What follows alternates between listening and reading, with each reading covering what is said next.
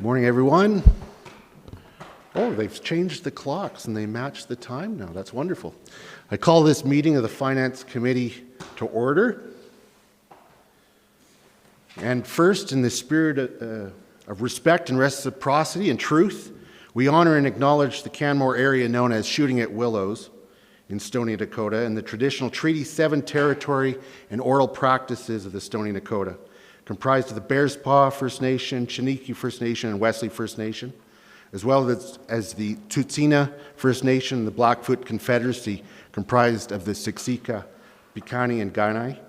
We acknowledge that this territory is home to the Métis Nation of Alberta Region 3 within the historical Northwest Métis homeland. We acknowledge all nations who live, work, play, and help us steward this land and who honor and celebrate this history. And of course, these words are important, but they only hold any substance if in fact they are matched with our action.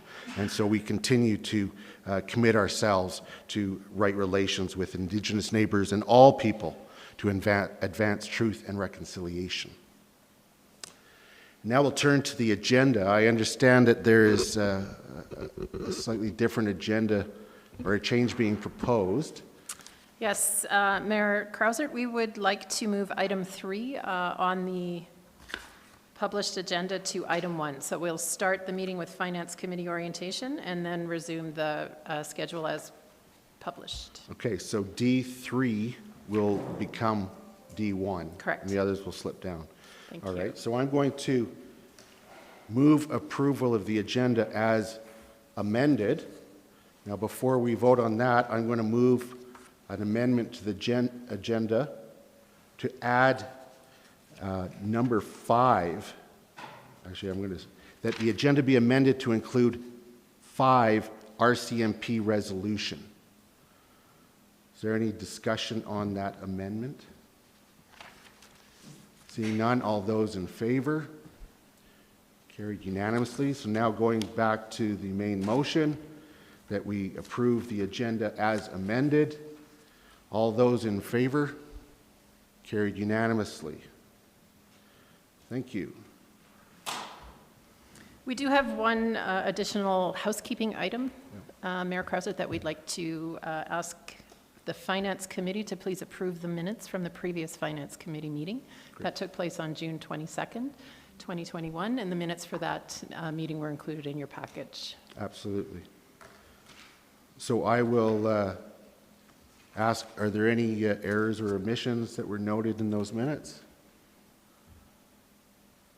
Seeing none, I move that we approve the minutes of the June 22nd, 2021 Finance meeting as presented.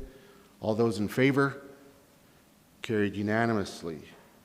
And now we'll get into the substantive matters. So now D1, Finance Committee orientation. Thank you. My name is Therese Rogers, and I am the General Manager of Corporate Services. Today I'll be running you through Finance Committee orientation. That will include an overview of governance as it relates to Finance Committee, timelines associated with the work, a bit of an introduction onto how taxes fit and are connected with the budget. We'll then walk through the budget process. At that point, I'll turn it over to Lisa DeSoto, and she will run you through a history of the operating impact of capital and new services. And then we'll go over to Chelsea Richardson, who will do a current year to date, 2021 operating and capital update. And then we'll move into the 2022 high-level budget overview. That is the plan for today. So, starting at the very highest level of governance, the MGA does establish requirements for elected officials around the budget process. There's a lot more information in the MGA than just these 3 sections, but I just wanted to draw your attention to these 3 in particular. Section 247 directs councils to adopt a budget before setting the annual tax rate, and the tax rate is set by bylaw in May. So the tax rate process actually begins with the setting and approval of a budget. Okay? Section 248 deals with the expenditure of money and outlines that money can only be spent by the municipality if it's in an approved budget. in the case of an emergency, and we saw that during the 2013 floods, and also a bit at the start of the pandemic, or if it's legally required to be paid. And then Section 249 speaks to the civil liability of councillors. I'm really suggesting you are liable if expenditures are made outside of the parameters indicated in 248. The next level of governance that we have around budgeting and finance is the Finance Committee bylaw. In 2016, Council at the Town of Canmore approved this Finance Committee bylaw and the creation of the Finance Committee. The purpose of this committee is to assist Council in fulfilling your financial oversight responsibilities, also to demonstrate fiscal responsibility in an open, public, and transparent manner, and that's why all of our Finance Committee meetings are conducted in public. They're live streamed and the public is welcome to join. Okay? Membership of the Finance Committee is all of Council and the CAO. And the chair for this particular committee can be either the mayor or the CAO. I'll talk a little bit about more about that in a moment. The Finance Committee does have authority to do a number of things, and included in Section 7 of your binder, actually page 1, is a copy of that Finance Committee bylaw if you wanted to take a look at that. But debt statistics as required by the debt management policy are reviewed with the Finance Committee. The annual audit is something that's presented to and approved by the Finance Committee. Our long-range financial plans are discussed at Finance Committee. We do conduct quarterly operating and capital progress reporting, which we'll do later with Chelsea. The Finance Committee appoints the town's auditors. The bylaw does also identify some limits on delegation, so there are some things that Council cannot delegate the Finance Committee to do, and those include the passing of bylaws. So any new bylaws that the Finance Committee may wish to put in place would need to go back to Council for approval. The adoption, actually, of the budget needs to be done by Council, not by the Finance Committee. And then finally, the cancelling, reducing, refunding, or deferring of any taxes is something that has to be approved by the Finance Committee. Okay? So the Finance Committee can make motions and recommendations to Council on a number of items. Council reserves the right to reconsider any vote that has been made by the Finance Committee and to change any recommendation that has come from Finance Committee. That will make a bit more sense as we go through the next few meetings, but just trying to set some high-level overview for you. Okay. The Finance Committee budget meeting format is a bit different than a regular council meeting, although we did start today much more formally than we might normally.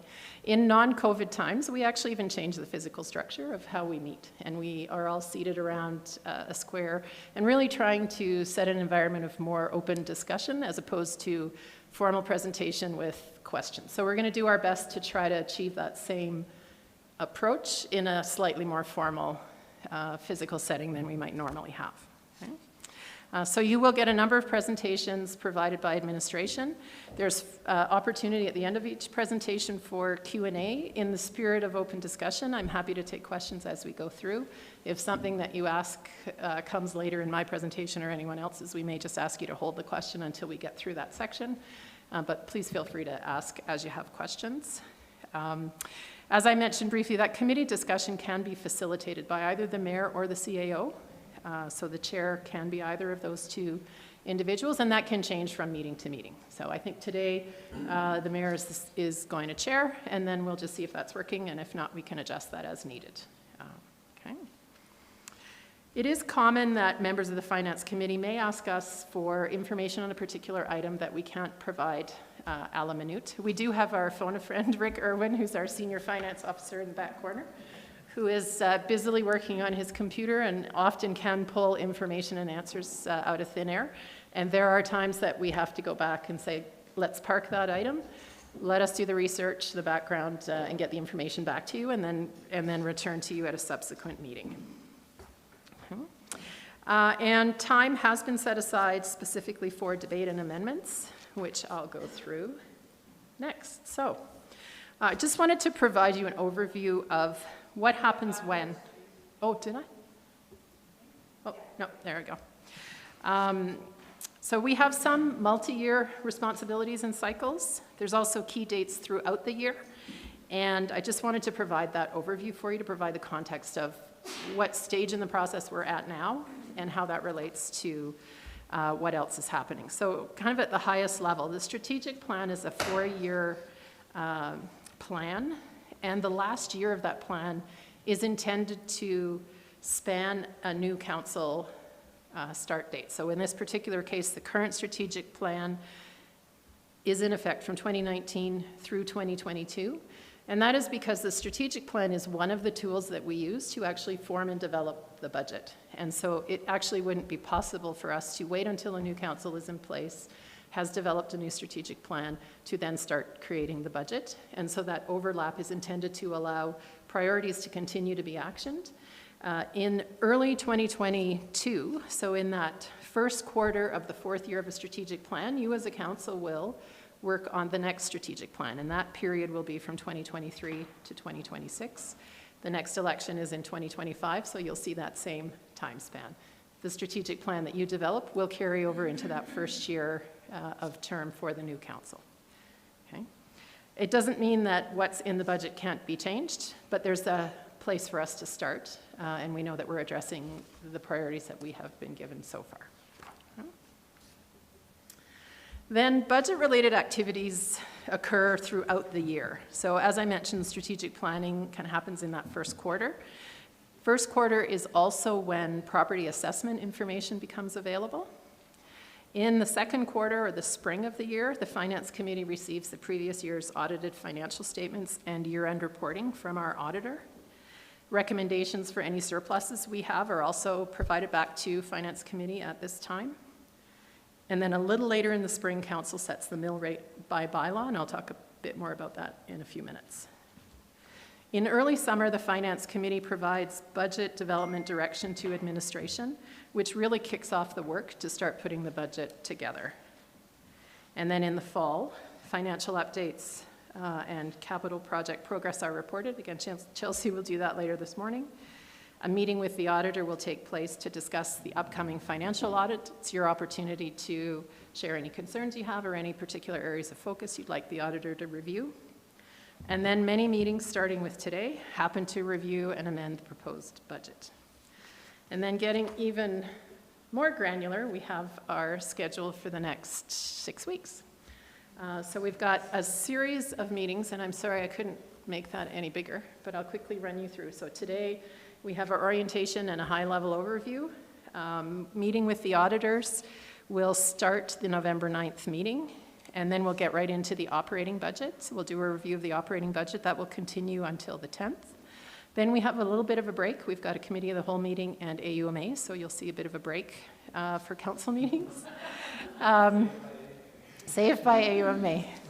Then we reconvene on the 23rd, and we'll spend probably about half the day with Andreas Camo reviewing the utility rate model. The utility rate model has implications both on the operating and capital side that's different from taxes, so it's an important piece to review with you separately.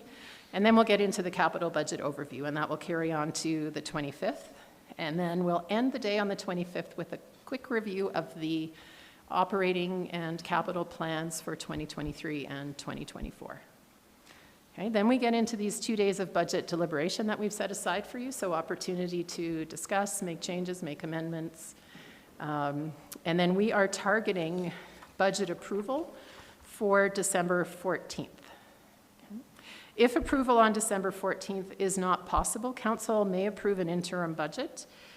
In the 13 years that I've been at the town, we've done this twice, so while it's not common, it is a possibility. There are some implications, though, to an interim budget, and I just wanted to share those with you. It can be quite a bit of extra work, in particular for our finance team, because it then butts up against the period where they are processing year-end and also getting ready to start the annual audit. We would have to start the year on status quo, so services that we're providing and to what level now is how we would have to start the year until we have that new approved budget. And there can be some implications on the capital project side if we wait until 2022 until a budget is approved.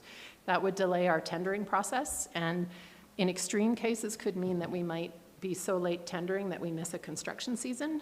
What we have also seen, pardon me, in the past is that getting late into the tendering queue, so with all the other people that are tendering projects, can sometimes lead to some cost increases because there's a bit of a supply-demand kind of an approach. So something we certainly can do, just may come with some implications. Okay.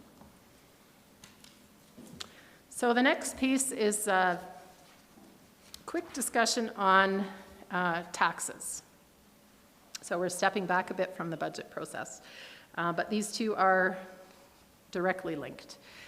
So starting with revenue sources and a bit of discussion about revenue sources, municipalities have very limited revenue generation opportunities, and in Alberta more limited than in some other provinces. So there's essentially three large buckets or ways that we can fund our budget.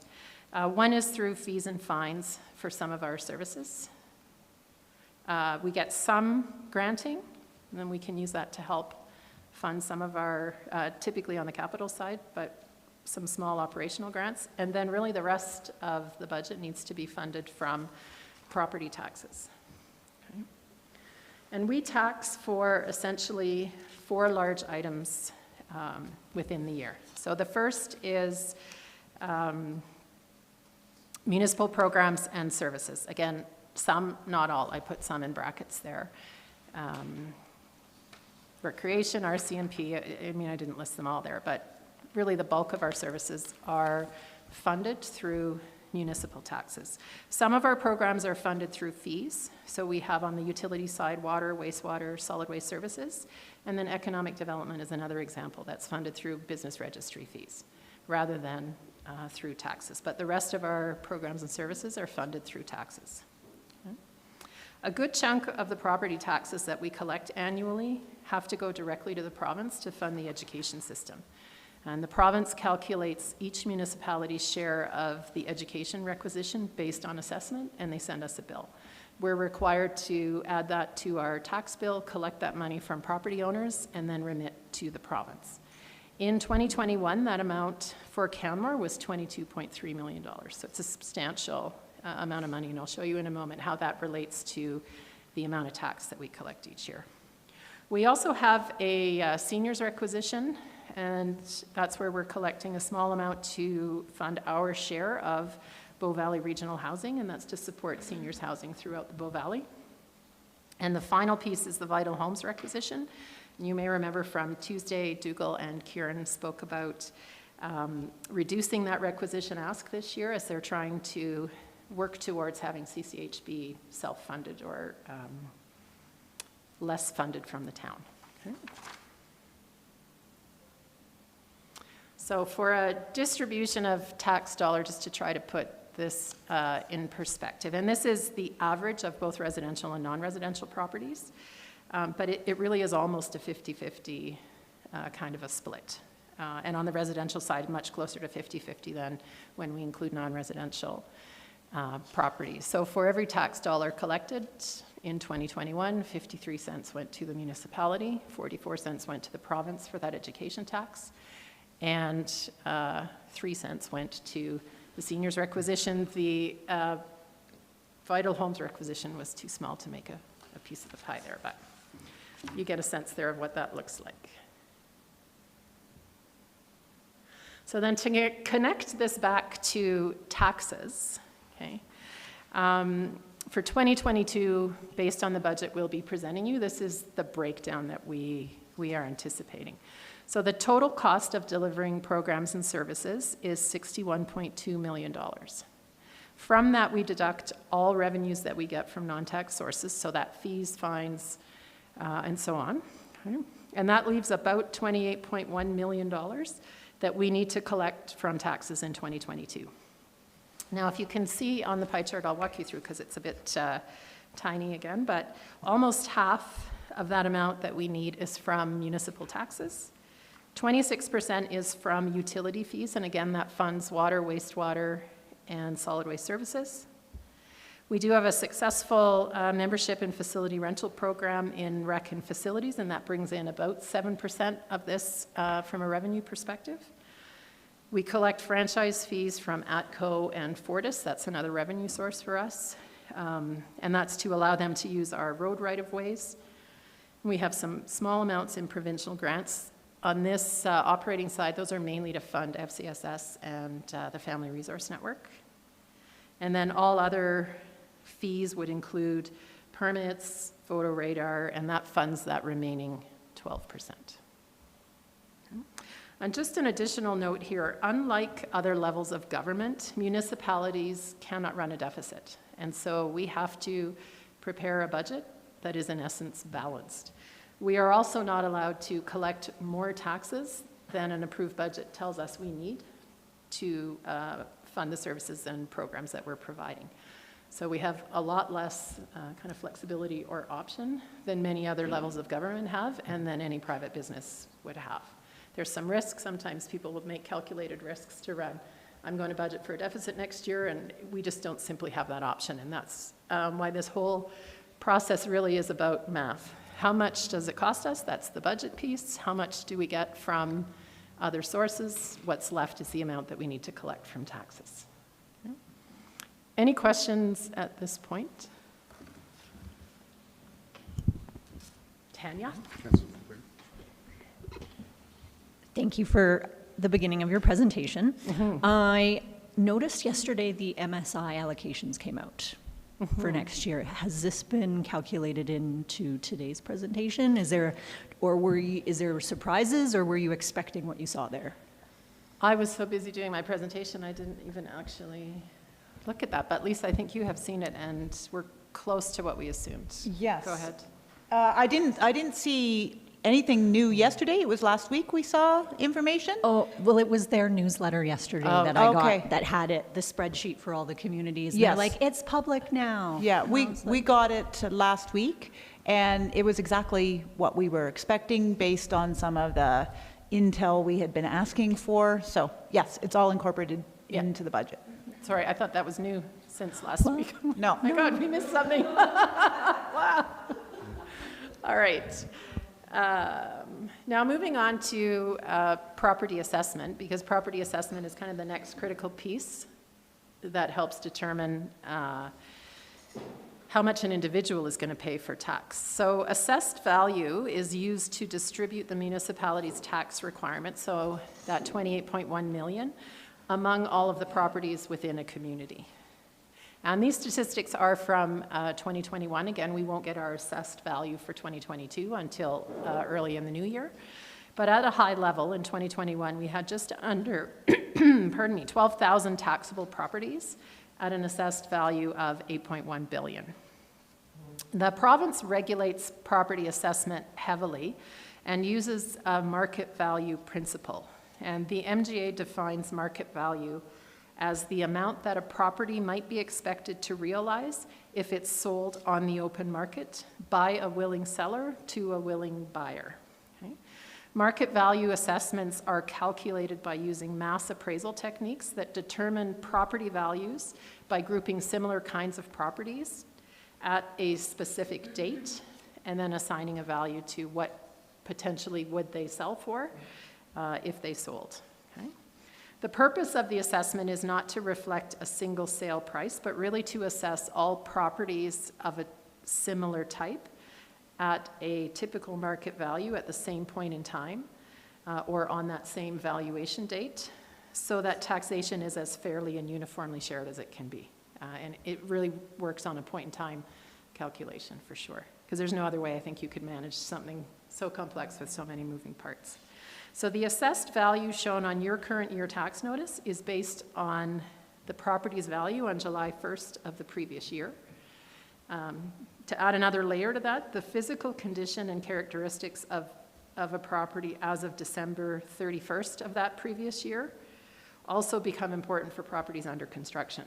And we do have a process called supplementary assessment where after July 1st, we do a review and say if a property is under construction, how close to complete is it? And if it gets completed before that next cycle, we're really trying to capture our share of that proper assessment on work that has been done on a property. Okay? Assessed value is determined by our municipal assessor. So in our case, we have a contract with a company called Benchmark Assessment, and you'll meet them in the first quarter, I think, of next year. They come typically to present to you trends that they're seeing on assessment within the valley, changes that we've had up or down, and really to give you the background information that you might need. That is one area I think that often elected officials get questions on from the community, and so it's great for you to have that information. Okay. There is another layer to assessment, and that is called the assessment split, and that is the difference between residential and non-residential properties. From a value perspective, 80% of Canmore's assessed properties are residential, and 20% are non-residential. Okay. But when we actually go to calculate taxes, that split is a little bit different, and in that we adjust a bit more of the tax burden to non-residential properties, and I'm sorry you can't see that very well. On the right-hand pie chart, the non-residential is at 35%, and the residential is at 65%. And our property tax policy, I'll speak to that a bit in a few more minutes, but that actually directs us to allocate 35% of the tax share to non-residential properties and 65% to residential. Yes? A microphone? I'm loud enough. That's not necessarily standard across every community. That's what we've chosen as a community. So Correct. Right now, Banff is looking at a 5-to-1 split. Yes. So Yeah. Part of our annual process is to do a review of two groups and their tax, both assessment split and tax split.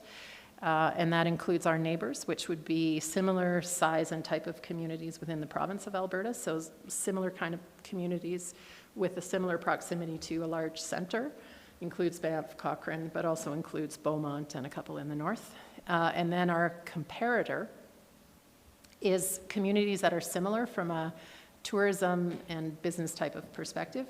That group does include some municipalities in British Columbia, and so it becomes a less relevant review because the taxation laws and functions are completely different in BC. So we do take a look at it, but we do consider more the neighbors. And we typically try to aim to be kind of in the middle of that neighbor pack. Yeah. Go ahead. Yeah, and that, and this all came from a property tax task force that happened in 2012, 2013. 13, yeah. And that's why, you know, if you hear somebody say, well, if you bring in more businesses, it's actually going to lower taxes for the residences. That's actually not true because of this. If you bring in more businesses, it's actually going to spread the amount requested from the non-residential around more, and so it's actually the non-residential taxes will go down for each person with more businesses because we do this, and this is to make it fair compared to our competitors and our neighbors, so that we are a good place to do business and still being fair to our residences. Yep. Lisa? Yes, and I'll just add that because you've probably heard of the 60-40 split. That's our target, that ultimately we would like to get to a position where 40% of our assessment is non-residential and 60% is residential. So we used to tax at that.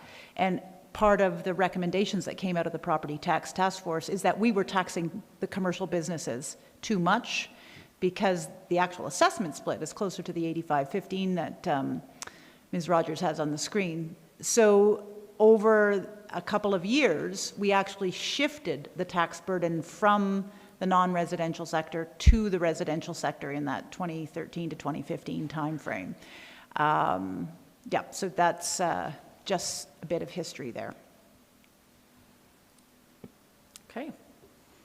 So the next piece of this puzzle is the calculation of the mill rate or the tax rate, and those terms are often used interchangeably.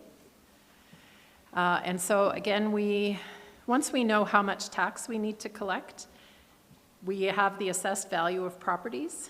We're really doing math to determine what the mill rate is. So we take, on the residential side, the share of tax to be collected. So again, using the 20, I don't remember, Shell says it's 21 or 22. Anyway, it doesn't matter. It's an illustration. Calculating 16.7 million as the tax to be collected on the base of 6.8 billion in assessed value gives us a mill rate of 0.00243. On the non-residential side, it's the same math, but again, because the numbers are different, we get a different number. So we have 9 million in taxes to be collected on a base of 1.2 billion in assessed value, and that mill rate then comes at 0.00731. So what does all that mean? Well, when you apply that mill rate to your assessed property value, you get the amount of taxes that you are required to pay. So if your home is assessed at $1 million, you apply the residential mill rate. The tax in this example for you would be $2,430. On the non-residential side, let's make an assumption it's a hotel assessed at $10 million. Again, applying that non-residential mill rate, the tax in that case would be $73,100. Questions there? Jeff? Can you play with the mill rates? So if this is the amount we need to collect, we can have like layers of mill rate within that? We do have more than just this. We have a number of different, classes, Okay. but we can't reverse engineer. Okay. So the tax policy outlines who we tax and what classes and for how much. And so the mill rate really is a product of that calculation as opposed to the starting point. Yeah. Okay. Lisa, you want to add maybe to that? Thanks. So there are rules around mill rate classes. We can identify separate classes of residential properties. So for example, say we had a manufactured home park. You could identify that as a separate class and tax those properties differently. On the non-residential side, the Municipal Government Act does not give us that authority. So we cannot tax hotels at a rate different than Main Street properties, for example. But on the residential side, we can. And so the class of properties we do tax differently is tourist homes. So we have a separate mill rate calculation for tourist homes. Mm-hmm. And tourist homes personal use or tourist homes commercial use? Right. Yeah. There's a statutory declaration process that if, as an owner, you declare you are using your tourist home for personal use only, you are then taxed at the residential rate of all other regular residential property owners in town. But if you do not sign that statutory declaration, then it is assumed you're renting out your property and you're taxed at a higher tourist home rate. It's a rate between the non-residential and residential rate. To further complicate the sorry, go ahead. Yeah, Wade had a So just to clarify, we do tax properties with a stat deck. We've used stat decks to declare their status in the community. Yes, we have for tourist homes, yes. Okay, thank you. On the non-residential side, there is another element to determine assessment. Again, we'll go through all of this with our assessor, but some of you may have heard it. It's called the income approach, and it really tries to factor in not only the value of the property, but the value of the income ability for that property. And that helps sets what that property is assessed at. If there's lots of earning potential, the assessed value is higher. And non-residential owners are required to share their income data so that it's based on actual audited financial statements as opposed to an auditor guessing, oh, I think a retail store might make X, Y, Z. Okay, but again, more than we need probably for today's conversation. And as Lisa said, the MGA does dictate and in many cases tie our hands as far as what flexible options we have for setting and establishing tax rates. There are a few things that we can do, and the property tax force that Mayor Krausert spoke to addressed some of those. Whitney? I can speak loudly or use the mic. Okay, I just wanted to clarify too with the stat deck, the distinction there is it effectively changes the use from a residential use to a commercial use.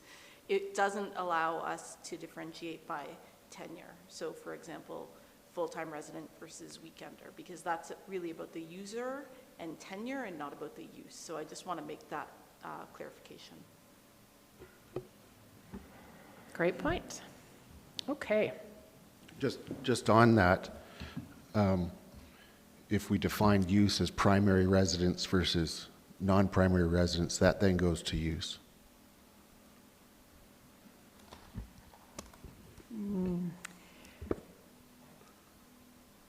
The question is it being used residentially? No, is it being used as a primary residence? And how is that Full-time, use? either a full-time owner or a full-time renter using it as their primary residence. So we would, that would be a question we would have to look at the legality of. Yeah, and it's not for budget time. That's No. that's more as we're looking at strategic planning and more as we're looking at. Yeah, so there Taxing. was a time where we took a look at that and evaluated a program called the Primary Residential Rebate Program. So taxing everybody at a higher rate and then having those who were using it as their primary residence declare that it's a primary resident and issuing a refund. That was the process, and we received a legal challenge, and the council of the day terminated further investigation of that program based on that legal challenge. So that's something yeah. that we would have to take a look at if council was interested in looking at that question again at another time. That's not a budget thing. Correct. Yeah. Okay. And how's bare land assessed or taxed? Because if we're not sure if it's going to be a residential thing or a commercial thing, how is that speculated and understood? It's how it's zoned, and it's taxed at the same tax rate as if it were developed. Yeah, so that is one identified in your tax policy that council has made the decision on to tax at the same rate. Some municipalities choose to tax vacant land at a lower rate, but we have not got that in place in Canmore. Yeah. This does vary by province, and I think most of you are aware British Columbia does have the ability and the right to tax vacant homes. It's a legislative difference that currently doesn't exist for us. So to your point, something that would have to be investigated as to how that might be possible, if it is at all. Okay, so I'm kind of thinking of this as a funnel, and we sort of started really big, and now we're moving a bit closer into the budget process. So how do we actually put a budget together, and what is included in that budget? So we're guided by best practices that are established by both public sector accounting principles and the Government Finance Officers Association. And this Government Finance Officers, GFOA, has about 15 best practices that guide municipal budget development, and we have taken steps to address them all. I've just included a few examples today to draw your attention to. On the capital planning side, the best practice is that there is a capital planning process in place, that it's linked to strategic plans, it's linked to replacement schedules for equipment and facilities, so that asset management that you've started hearing us talk about, and that it avoids commitments that lack economic feasibility. Another best practice is that non-recurring revenues should not be used to fund continuing operations. So if we anticipate revenue from a film permit, we shouldn't use that to fund a full-time permanent position in finance, as an example. Right? One-time revenue, ongoing operational expense, best practice not to mix those two. Okay. Financial sustainability should be supported by policies on the use of resources for things like debt management, reserves, capital assets, and we'll go through some of our financial policies in just a few moments. Okay. Budget policy guidelines and budget preparation guidelines are in place for each budget cycle. So that process that we go through in the early summer of every year, where we seek budget direction from the Finance Committee, is a best practice as established by Government Finance Officers Association. Okay. Another is to identify and assess the programs and services that are provided. And I think I mentioned in my intro on your first day, but you've heard a lot since then, that we are planning a service level review in 2022 to be better able to identify and quantify service levels, the cost of service levels, really with the goal being to provide both council and administration with the best information possible to make the most informed decisions. So this is kind of taking this best practice to a next level.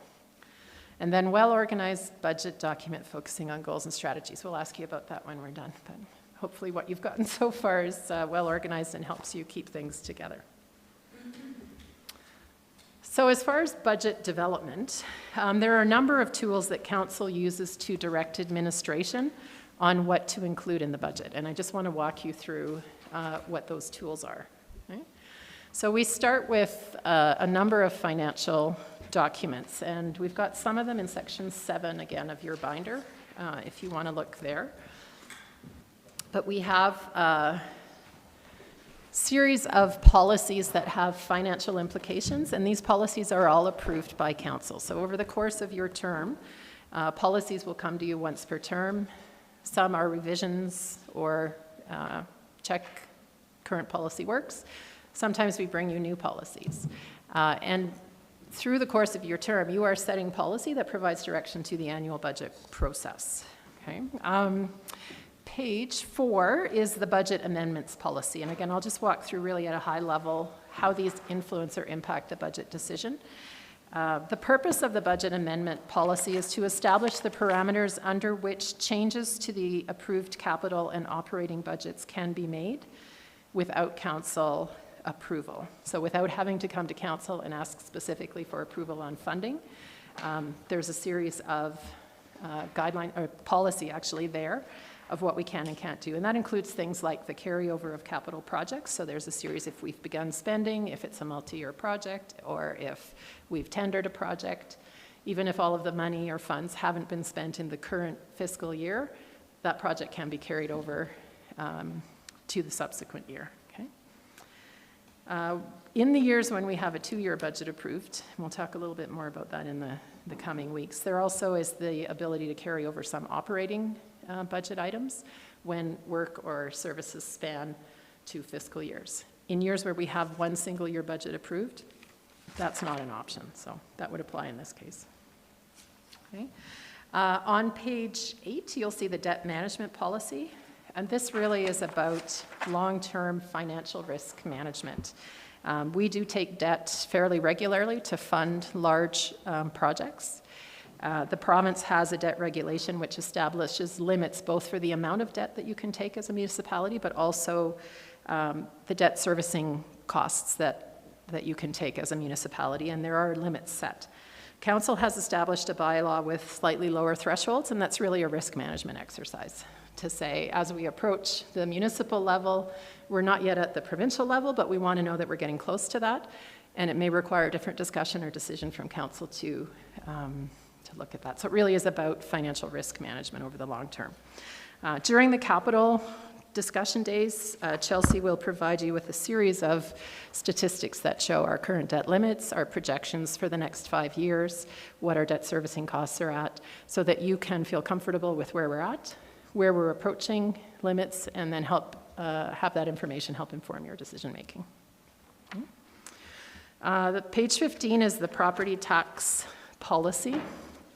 And as I mentioned earlier, this really establishes the town's approach for setting tax rates and the collection of taxes. That's where we have established that 65-35 split, and that was a recommendation, as Mayor Krausert mentioned, from the Property Task Force. And again, while the MGA provides direction and limitations on much to do with property taxes, there are some small areas that the municipality can influence, and that is managed within this particular policy. On the reserve side, and I don't think we have the reserve policy. Oh yeah, page 18. Sorry, I didn't write my page number down. Reserve funds ensure the long-term financial stability of the town. This reserves policy establishes the guidelines, limits, and conditions that apply to the various reserves that we have. Pages 23 through 25 of that section will show you a list of the reserves, shows you their purpose, how they're funded, and how and for what that funding can be accessed, so that it really puts some limitations on what we can use money in those reserves for. Okay? Sometimes you'll hear us use the term fungible. And that means that money we have can be applied to any number of different things. Most of our reserves are not fungible. There's a very specific purpose for which those funds can be used, and that's all outlined in that reserve policy. We also have policies that guide how the town invests our savings, and also around purchasing and procurement.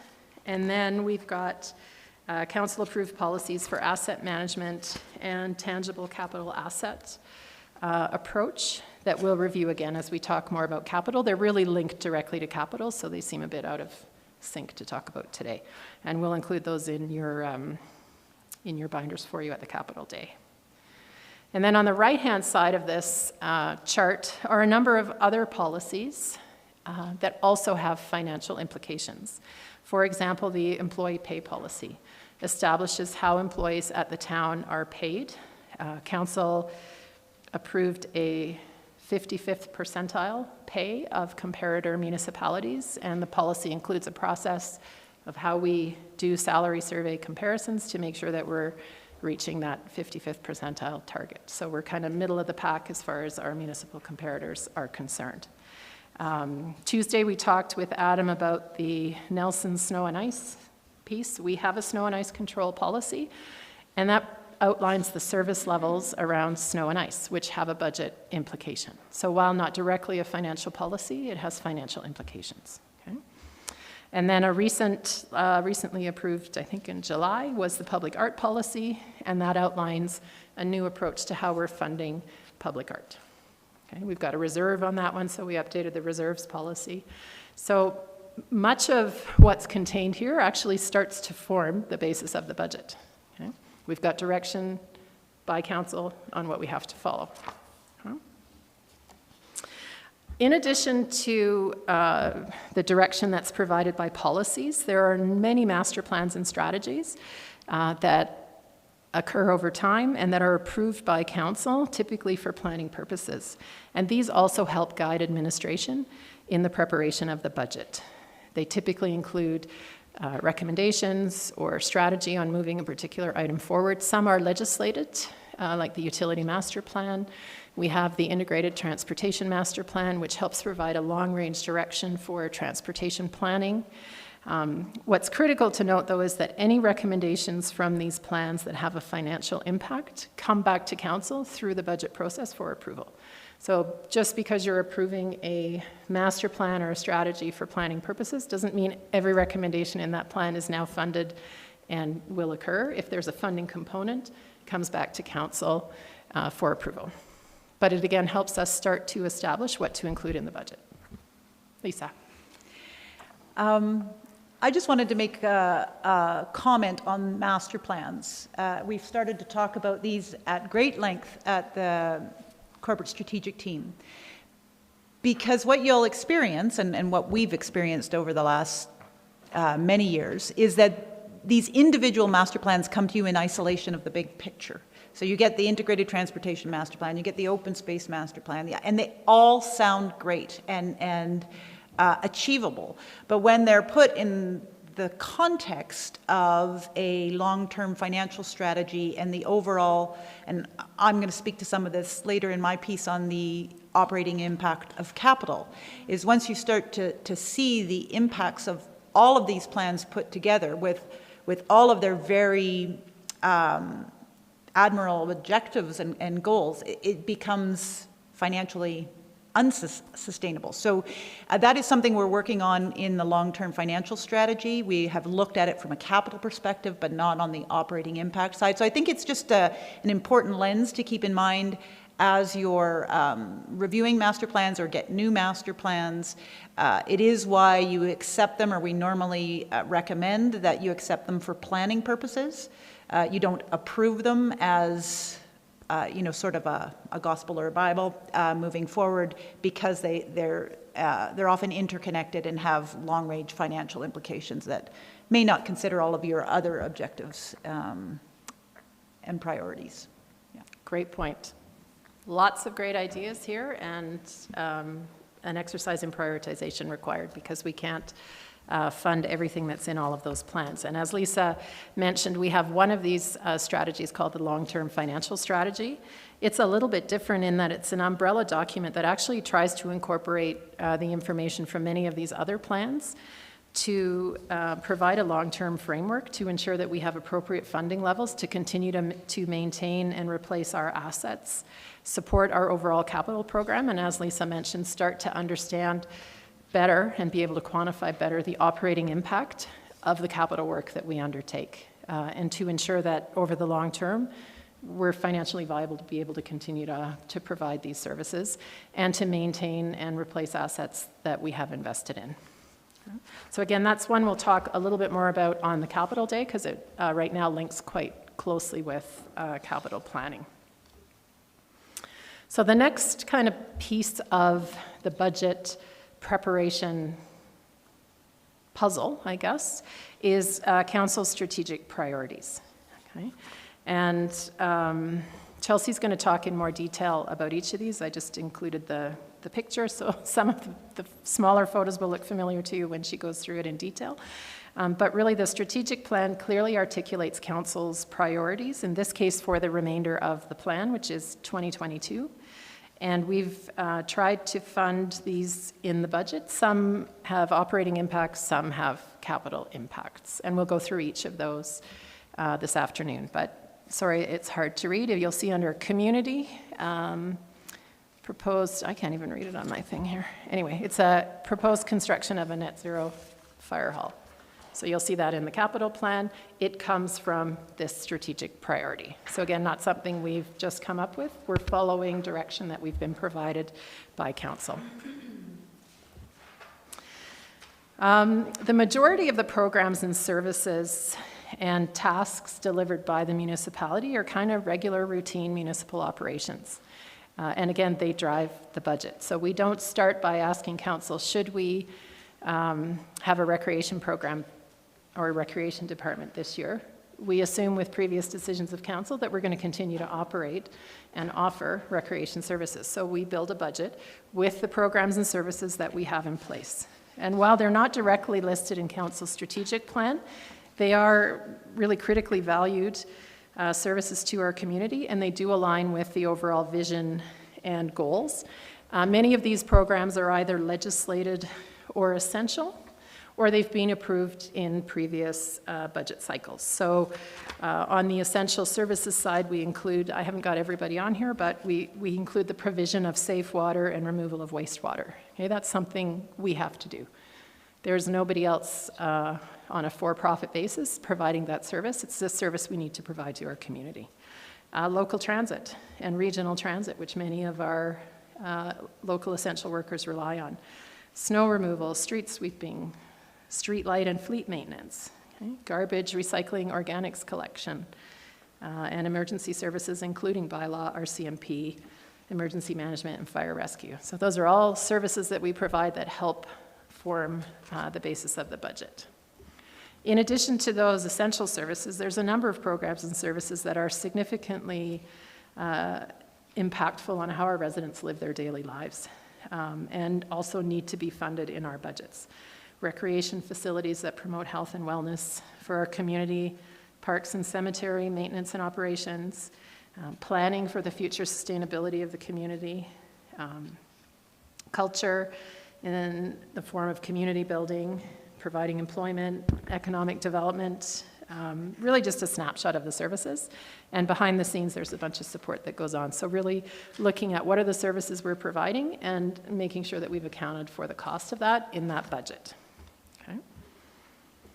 The fourth piece of that puzzle is the budget direction. So again, in addition to financial policies and master plans, Council's strategic priorities, and our routine municipal service delivery, Council gives administration high-level direction within which to prepare detailed operating and capital budgets.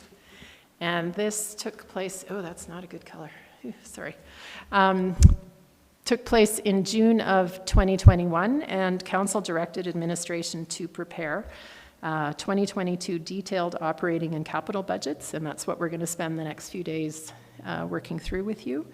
The MGA also requires municipalities to prepare operating plans and capital plans for subsequent years. So you'll also see operating plans for 2023 and 2024, and the capital plan will show what's coming on that 5-year horizon. What can you anticipate to see as we move forward? Council also provided direction to administration about a preliminary tax increase, and the direction was that we come back to you with operating and capital budgets for 2022 that do not exceed a 5% tax increase over the 2021 budget.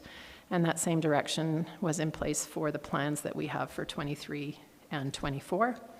And then council approved using a cost of living index of 1.5%. We spoke about that at some point already in the last couple of days. I can't remember even what day, so I don't expect you to. But we used the Calgary Consumer Basket of Goods from the June to July 12-month period. And so at the time we had this presentation to council, that cost of living amount was 1.5. Okay, so then departments take all that information and they start developing their first draft of the budget. The leadership team meets to discuss both capital and operating budgets, trying to get an understanding of what's happening in one area and another. We've got some good town-wide alignment, and that we're addressing the priorities that have been identified by council. We've taken into consideration policies, master plans, and that budget direction. Usually then where we end up is that the corporate strategic team has to work to adjust the budget down to the amount that council has directed in the budget direction. And many years that's a difficult task. Not a surprise when you see the large number of master plans and the large number of great things that we are both undertaking and wish to undertake.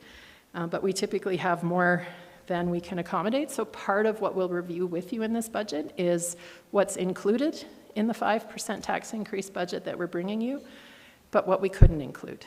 And then that's where there's some opportunity for you to have some more discussion.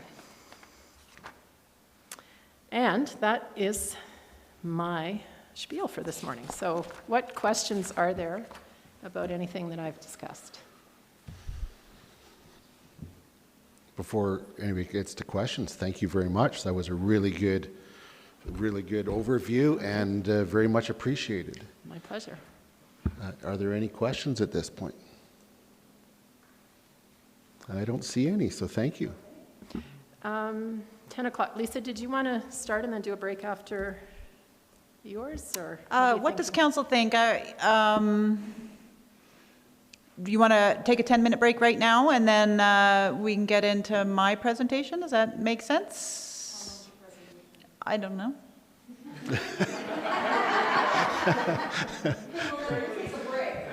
Yeah, we better take a 10-minute break then. Yeah. It all depends on... Right. Okay, let's take a 10-minute break, and that way, yeah. Everybody Back at can stretch and 10 after. refresh your coffee.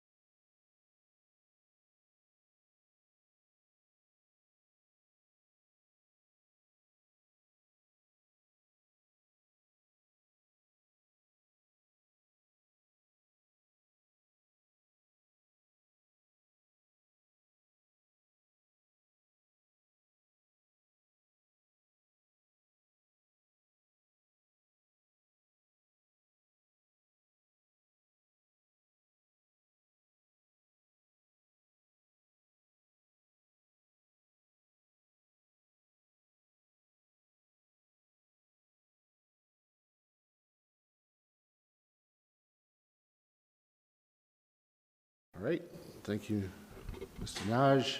Mr. Soto, the floor is all yours. Thank you, Mayor Krausert, members of the Finance Committee. So my intent today is to build on Ms. Rogers' presentation. But specifically, I wanted to tell a story, or I'm going to try to tell a story. Hopefully, it comes off the way I intend. It's a story about community building, both literally and figuratively. But it's also a story about how decisions we make regarding capital programs, facility additions, new infrastructure, and new services, how those decisions have significant downstream impacts on operating budgets that aren't always understood or appreciated. So the story actually starts back in 2007. All this title slide indicates 2010, but it's really a story about the last decade or decade and a half of infrastructure development in our community.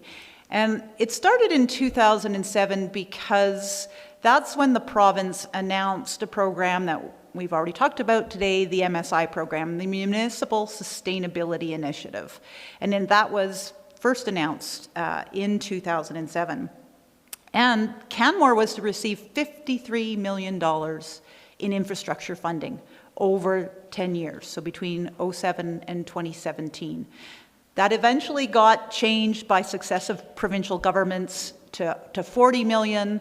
The program got extended beyond 2017, and we're still working within the program today. It hasn't been replaced. There's a new program called the Local Government Fiscal Framework, which was supposed to be in place by this year, has now been pushed out to 2024. So we're still working under the Municipal Sustainability Initiative program. But it has been a program that has allowed us to do quite a lot. And so it is linked actually even back to the Mining the Future vision, because the council of the day had just adopted the Mining the Future vision, which included a long, page-long vision statement. And one of the clauses out of that vision statement is that Canmore is a community that supports its diverse population with affordable housing, a strong and varied economy, a healthy environment, a full array of social services, abundant open space, and ample opportunities for recreation and artistic expression. And as I said, the council of the day and each subsequent council since has intentionally invested in this vision of building a community. So the goal was and is to sustain a community where we can all thrive. And so as we started to look at this $53 million windfall, I remember large meetings in various boardrooms with the council of the day saying, what should we and how should we use this funding? And there were many municipalities putting it into streets and pavement and new wastewater treatment plants and bridges, etc., which are also needed by municipalities. But specifically, our community was struggling with potentially losing young families. So again, the council was intentional about wanting to build infrastructure that would sustain a local community and keep young families in town. So it did start right in 2009. We put our first couple of installments away, and we started to plan for what was then known as the multiplex. We now know and love it as Elevation Place. But the planning for that facility started in 2009, and it opened in 2013. And we spent a large chunk of the first years of our MSI program on the multiplex. The pro forma at the time that was part of the original, so the pro forma being the operating impacts of that, said we would have to hire one new staff member to operate that facility. That is truth. That is truth. we were going to move operators from the old rec center who would no longer be needed to operate the pool there and hire one additional operator here. That clearly didn't happen. At the same time, so we spent $38.5 million on that facility over that time frame. At the same time, the daycare, the existing daycare site, was experiencing a mold crisis. I'm not sure if folks remember that. And it was operating out of what was known as the Old Red Barn on municipal property. It was a municipal facility that we were leasing to the daycare. And we're dealing with a crunch of daycare spaces for the growing community. So again, the council decided to use some of our MSI dollars on building a new daycare, the Roundhouse daycare facility. And we were instrumental in negotiating with the school board to lease a piece of land from the school board and be able to build the daycare on the Lawrence Grassy Middle School site. And that cost us $2.1 million. Some smaller projects that were happening around the same time, and they're both regional initiatives, were the introduction of the regional legacy trail between Canmore and Banff, and there was a lot of advocacy to get some additional grant funding for that because of the regional nature, as well as the introduction of regional transit, which first, I think the Regional Transit Commission formed in 2011, and the first buses, et cetera, started to roll by 2012. And our initial investment in that was $1 million. And we continue to see operating costs, not so much on the legacy trail side, although we certainly do plow that and sweep that section of trail up to the Banff Park gates. And sorry, we don't plow it, I don't believe, ever, no. We sweep it though in the spring, and then we maintain it, and will be required to maintain it into the future. With the regional transit system, we'll talk about some of those operating impacts in a bit. With the library and the old pool gone, we started to invest in other infrastructure that would repurpose these old facilities. And it was a lengthy time frame as well. So we spent $2.7 million in repurposing and revitalizing the old library and prior old liquor store into the new community arts center, and repurpose the old pool into the new community gymnastics center. And both of those initiatives had large community input sessions. The community consultation that went in place was multi-year and multi-stakeholder for Arts Place. We had design charrettes for the repurposing of the old pool and thinking about what could be done with that old space. So again, there was huge community involvement in both of those projects. And both are being well used and well loved today. From 2013 right through to now, we started to invest in our community waste diversion infrastructure as well. So we started with implementing the Beyond Curbside program, bringing the large blue boxes into neighborhoods. We built, and that was a $1 million investment. In order to do that, we needed a place to house all of our waste that we were collecting. We built a materials recycling facility. You'll hear it called a MRF. We also built a new waste transfer station adjacent to the MRF, and that cost us $6.1 million. And most recently, in the last few years, we've spent $3.5 million adding food waste collection programs to, so, you know, part of, and this is just a bit of a plug that I've had, we went to neighborhood bear-proof bins back in the 90s, and that did amazing things for animal management. It did really bad things for waste management because it put a little mini landfill site known as an animal-proof garbage bin at the end of every street corner. And so without these programs, we were seeing our waste generation continuing to increase year over year. But with these programs, and I think you'll hear from Mr. Como when he speaks, we have started to see our waste diversion come in line with some of the other communities in Alberta. And so these programs are all funded through our utility bills and have added significant costs for the solid waste services programs. Falling on the heels of our successful regional transit program, we launched our local transit program 5 years ago in 2016. Happy 5th birthday, and I took your picture that you posted, Joanna, the ribbon cutting picture.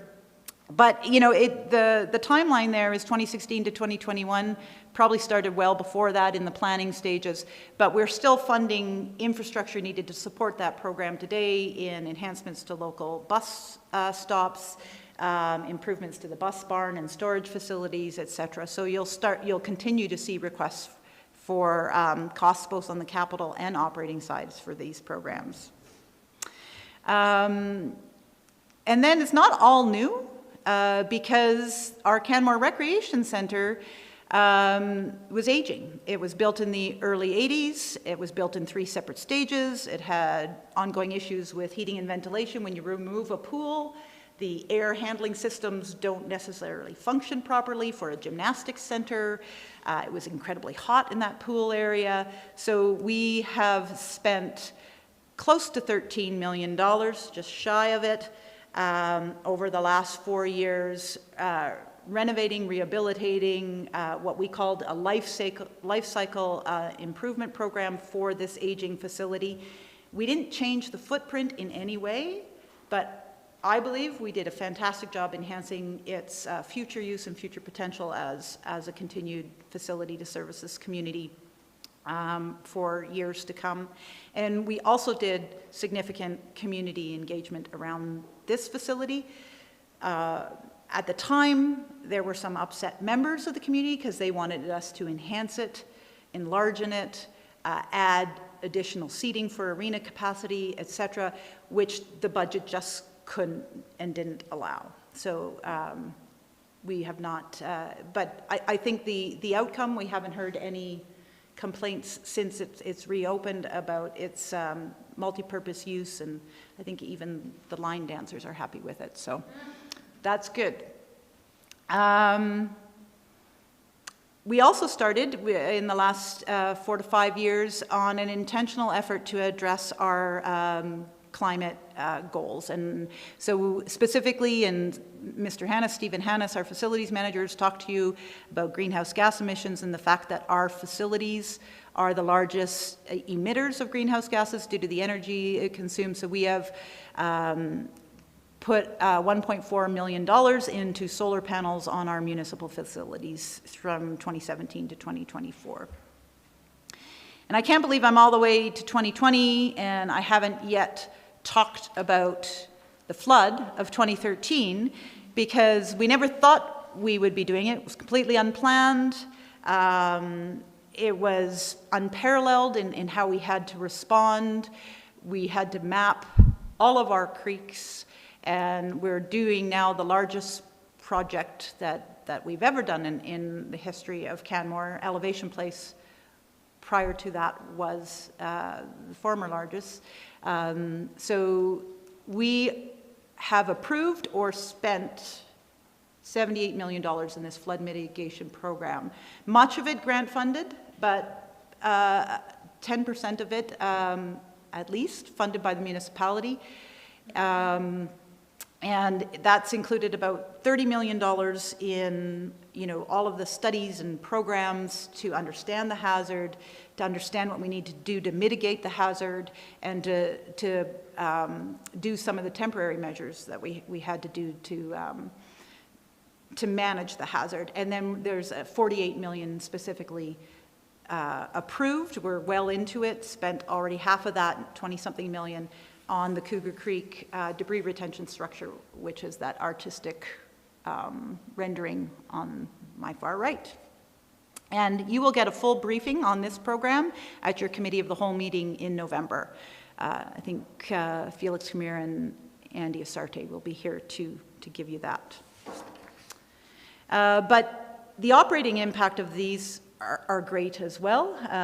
We do early season monitoring. We have intentionally started to put funds away to manage future hazards, and those were things that we never used to do. And the last program I want to talk about, which is also ongoing but started in 2016, is an example of program and service enhancements with some capital, and it's really how we've started to address our fire rescue response capabilities in our community. So in 2016, we started with a fire rescue staffing study that led to a fire master plan, which led to a full design report for a new fire hall. We spent $2.6 million on doing that. And what you'll see in the upcoming budget for 2022 is a proposed $14.6 million new fire hall. And so we'll talk about some of those impacts in the next chart as well. So that's sort of, and I haven't even really talked about our transportation infrastructure and some of our, other than transit, but some of our mode shift targets and much of the great work we've been doing there. But that's sort of a walkthrough of the last 12 years and how we've spent MSI, how we've intentionally built in community by building facilities and building and adding programs and services that the community loves. And it has an impact on taxes. So I'm just going to walk you through the numbers and start with what we know for certain. So in the last 10 years, and I pulled up the 2012 budget, which was the last one on our website, and in 2012, we collected $17.7 million in municipal tax. And in 2021, this year, we collected $26.4 million in municipal tax, and that is a 49% change. But in that, and we've talked already with you that we have real growth, where we have new builds, additions. So about 17% of that increase in taxes was accommodated by actual real growth, new buildings and whatever. So the net change for the existing taxpayer is 32%. And I know through some of the campaign information that was shared that you can compare that with the CPI history for the city of Calgary, and if we were just looking at the consumer price index and maybe what wages have gone up by over that same time frame, we're looking at a 17% increase. So the question and some of the discussion was, how come? How come we've had a 32% tax increase when CPI increase has only been 17%? And, some of the photos and the capital costs I've just shared not only have capital costs, but also have operating costs. And this is where it's difficult to really get into specifics. Mr. Irwin can speak to this a little bit more because we don't do program and area management accounting, so I can't tell you how much Elevation Place costs. We have a facilities department, a recreation department, and all our corporate services departments, from finance to IT to communications, that support that department, but we don't allocate out those costs. But we do have some idea of what's new in this budget compared to what was there in 2012. And so I'm going to try to walk you through some of that, and this is not all of the new costs, but Elevation Place, the facilities department has a cost center for Elevation Place. And in 2021, the cost for that cost center was $1.2 million. We heard that the recreation department does collect recreation fees and does have a surplus, but there are also those corporate services fees. But that $1.2 million was not in our budget in 2012. Arts Place, our facilities department does also manage some of the rehab and repair and maintenance on Arts Place, but we also give Arts Place a contribution of $236,000 annually. So that's one thing we know that we didn't have in 2012. The Transit Commission requisition, you didn't actually speak to that this morning, Therese, but that is another requisition that we get that's actually incorporated into our operating budget and into our municipal taxes. And in 2021, it was 1.2 million as well. That contribution to the flood reserve that I talked about was 200,000. That wasn't there in 2012. The fire department change in costs from 2016 to 2021, as we've added a deputy chief, fire inspection officer, and the peak fire staffing, all recommended from the fire staffing study and the fire master plan, and in preparation for the large build of a new fire hall. We've added close to $1 million in costs for the fire department in the last 5 years. And our change in debt is one of those things that, sometimes we retire debt and we add new debt, but we have $276,000 in new debt expenditures over that 10-year period. So if you add all of that up, there's just over $4 million in just those buckets that represent a 23% tax increase. And so when we look at, are we getting value for the taxes we're charging, given that not only has there been a cost of living increase, but there's been net new facilities, programs, and services, we look at the percent of tax increase over that decade of 32%, less just the 23% in those buckets, which we could easily pull out because we don't do program accounting. It says that we've actually had a 9% sort of adjusted tax increase, which is far lower than the CPI in that 10-year period.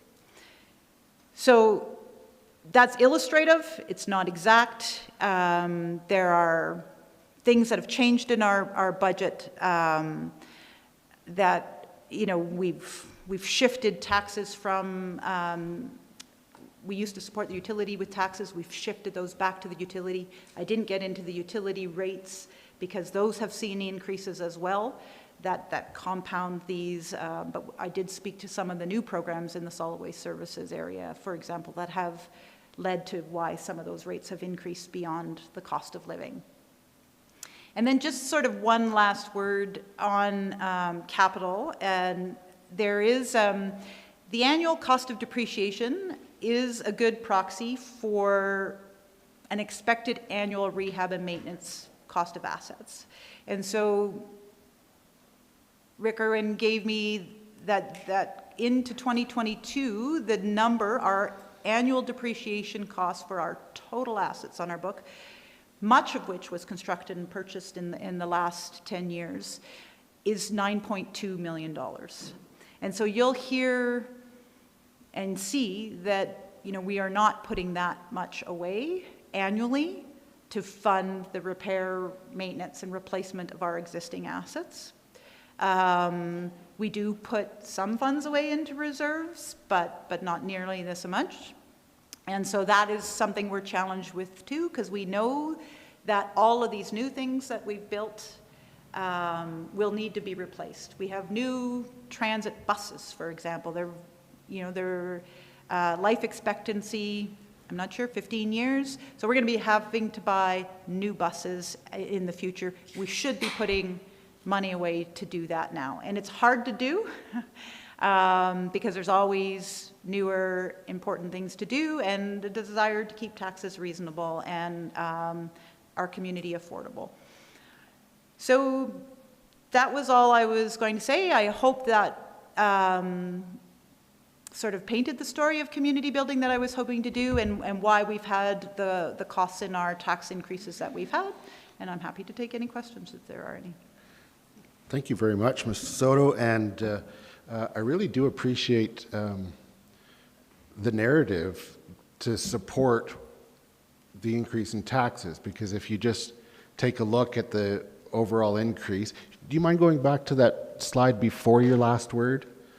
Yeah, if you, it's very easy for one to take a look at that 49% change. And then maybe even understand that net of growth it's 32% and go, well, that's that's just crazy. That's out of control. But when you take a look what it's based on. So the one narrative that I'm hearing you provide is that if you actually take out the operating cost that is resulted because of these facilities, you actually see a 9% growth, which is less than the CPI. Is it also fair, like another way to look at it, is that really the difference between the net change of growth and what one should reasonably expect would be the 17% of just if it's status quo.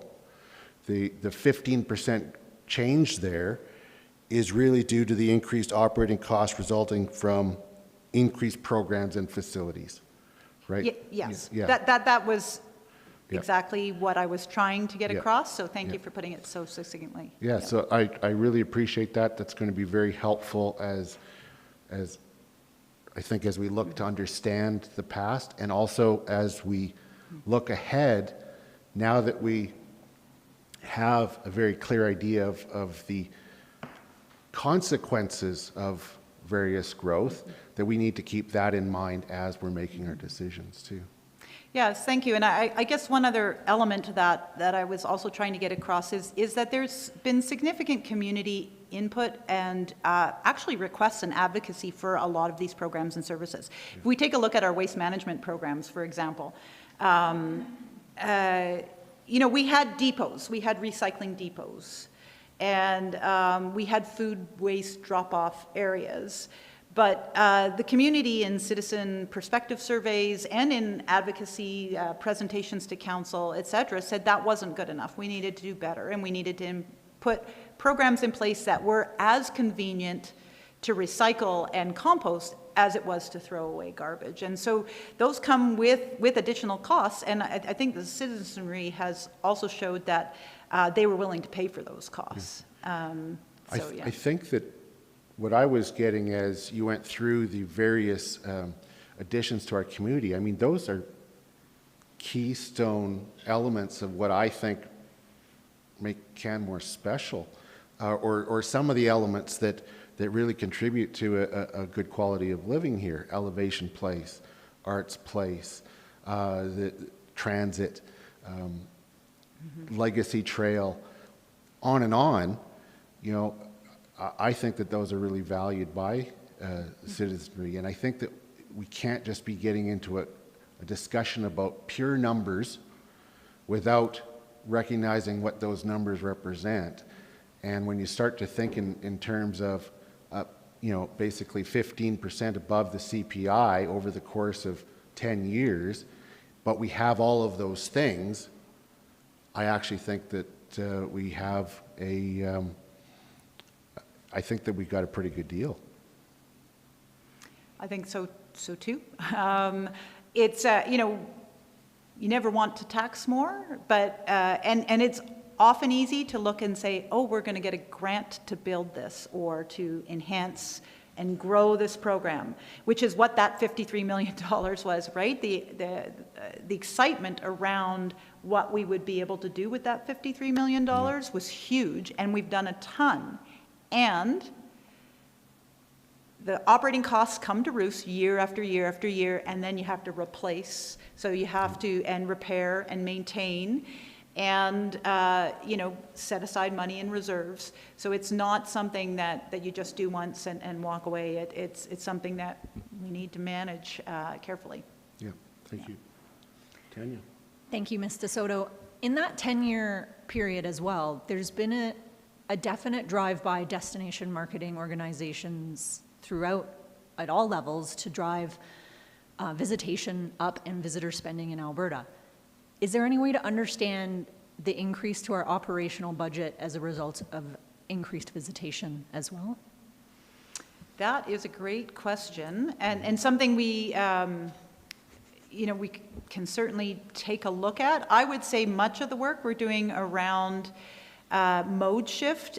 I mean, it's the right thing to do for climate change and environmental reasons, but it's also we don't have the footprint to expand our roads, you know, unless we want to expropriate a whole bunch of property to put an extra line on, or an extra lane of road on Railway Avenue or Bow Valley Trail, we are left with the footprint we have for roads. And so we need to shift, and a lot of that is in dealing with day traffic and visitor traffic. Certainly our trails and our programs in parks and in public works, solid waste services, a lot of those impacts.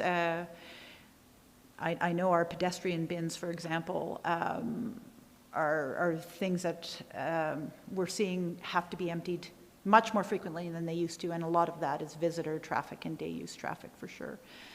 What we saw at the quarry, we put significant enhancements into the quarry just in operational expenditures and servicing, going up multiple times a day versus every other day, for example, to clean washrooms.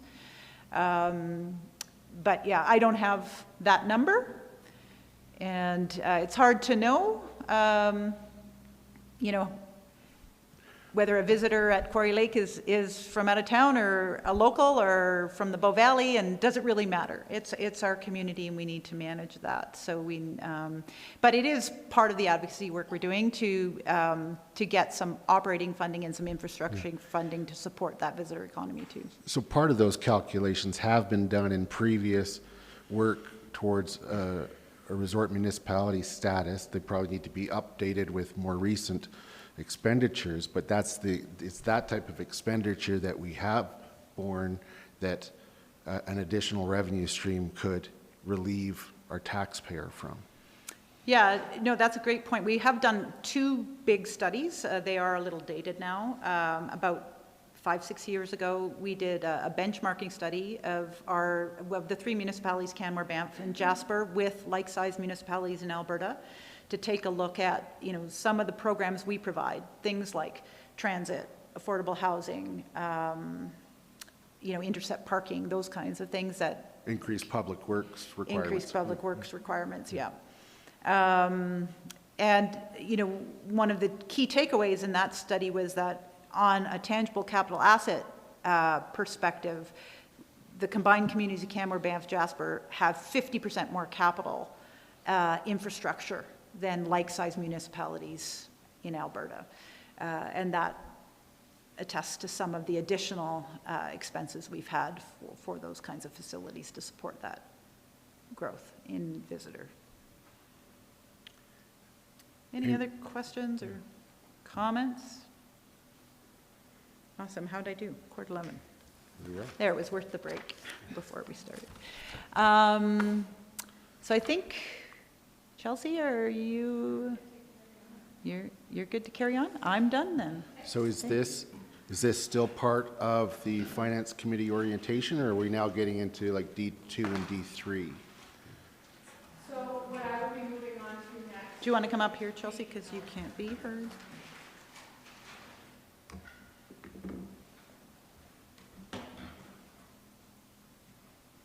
I'll just let you.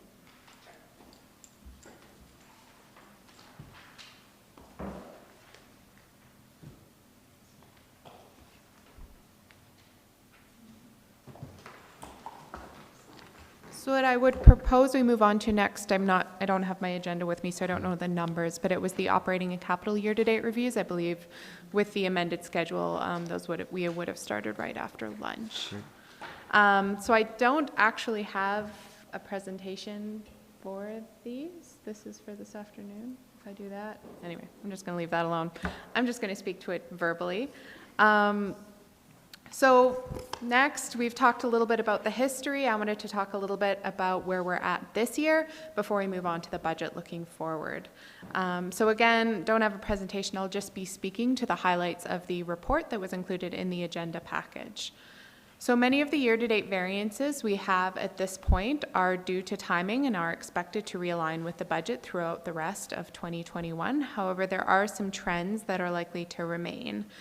Due to COVID-19, some assumptions that we made at the time our 2021 budget was prepared when we were starting to get into this time last year have played out quite differently as we've seen from this year. So there are a few items that we've identified that we'd like to bring to the Finance Committee's attention. So due to the general level of development and economic activity in town, planning fees, and this is on page 20 of your digital agenda package, and business registry revenue, which is on page 13, continue to exceed the budget. More specifically for planning, this is mainly due to building permits, as well as the Gateway TSMV subdivision application. When we get to the budget overview, you'll also see how we've adjusted our 2022 budgets based on the trends we're seeing in terms of development and economic activity in town. Also related, engineering permits and fines are also exceeding the current budget. That's on page 18. Again, from those permits for the Gateway at Three Sisters Mountain Village subdivision application, as well as the overall volume of development activity. The Public Works contracted services are currently trending below budget. That's partially due to timing and savings and contracted expenses, but also savings in snow and ice control costs in the last part of the previous winter. So where we end at the end of this year will partly be determined by what the start of our winter looks like for the rest of November and December, but we also do have some budget remaining in those months, and that's all on page 22. Bylaw and photo radar fine revenue is trending lower than budget. We believe mainly due to the impacts of COVID-19. That's on page 15. Next, I wanted to talk about generally salary, wages, and benefits. As I'll talk to when we get to the budget as well, but salaries, wages, and benefits forms a really significant portion of our operating budget. And as we tax for our budget requirements, we actually include what we call slippage within our budget. And basically, it's an acknowledgement that there will always be a certain level of turnover and vacancies in positions. And cumulatively, for an organization our size, with so much in wages, that number can start to be quite material.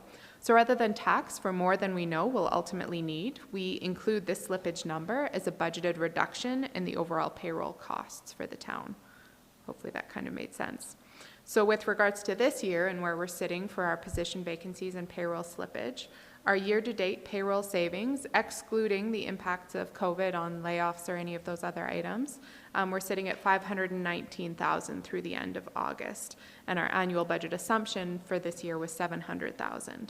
So we'll continue to monitor this for the rest of the year. There are some known vacancies, and we're anticipating that we should be relatively close to that number by the end of the year, but we might be cutting it a bit close. The Quarry Lake paid parking was a late addition, so that was approved in March, I believe, and so came after the budget preparation.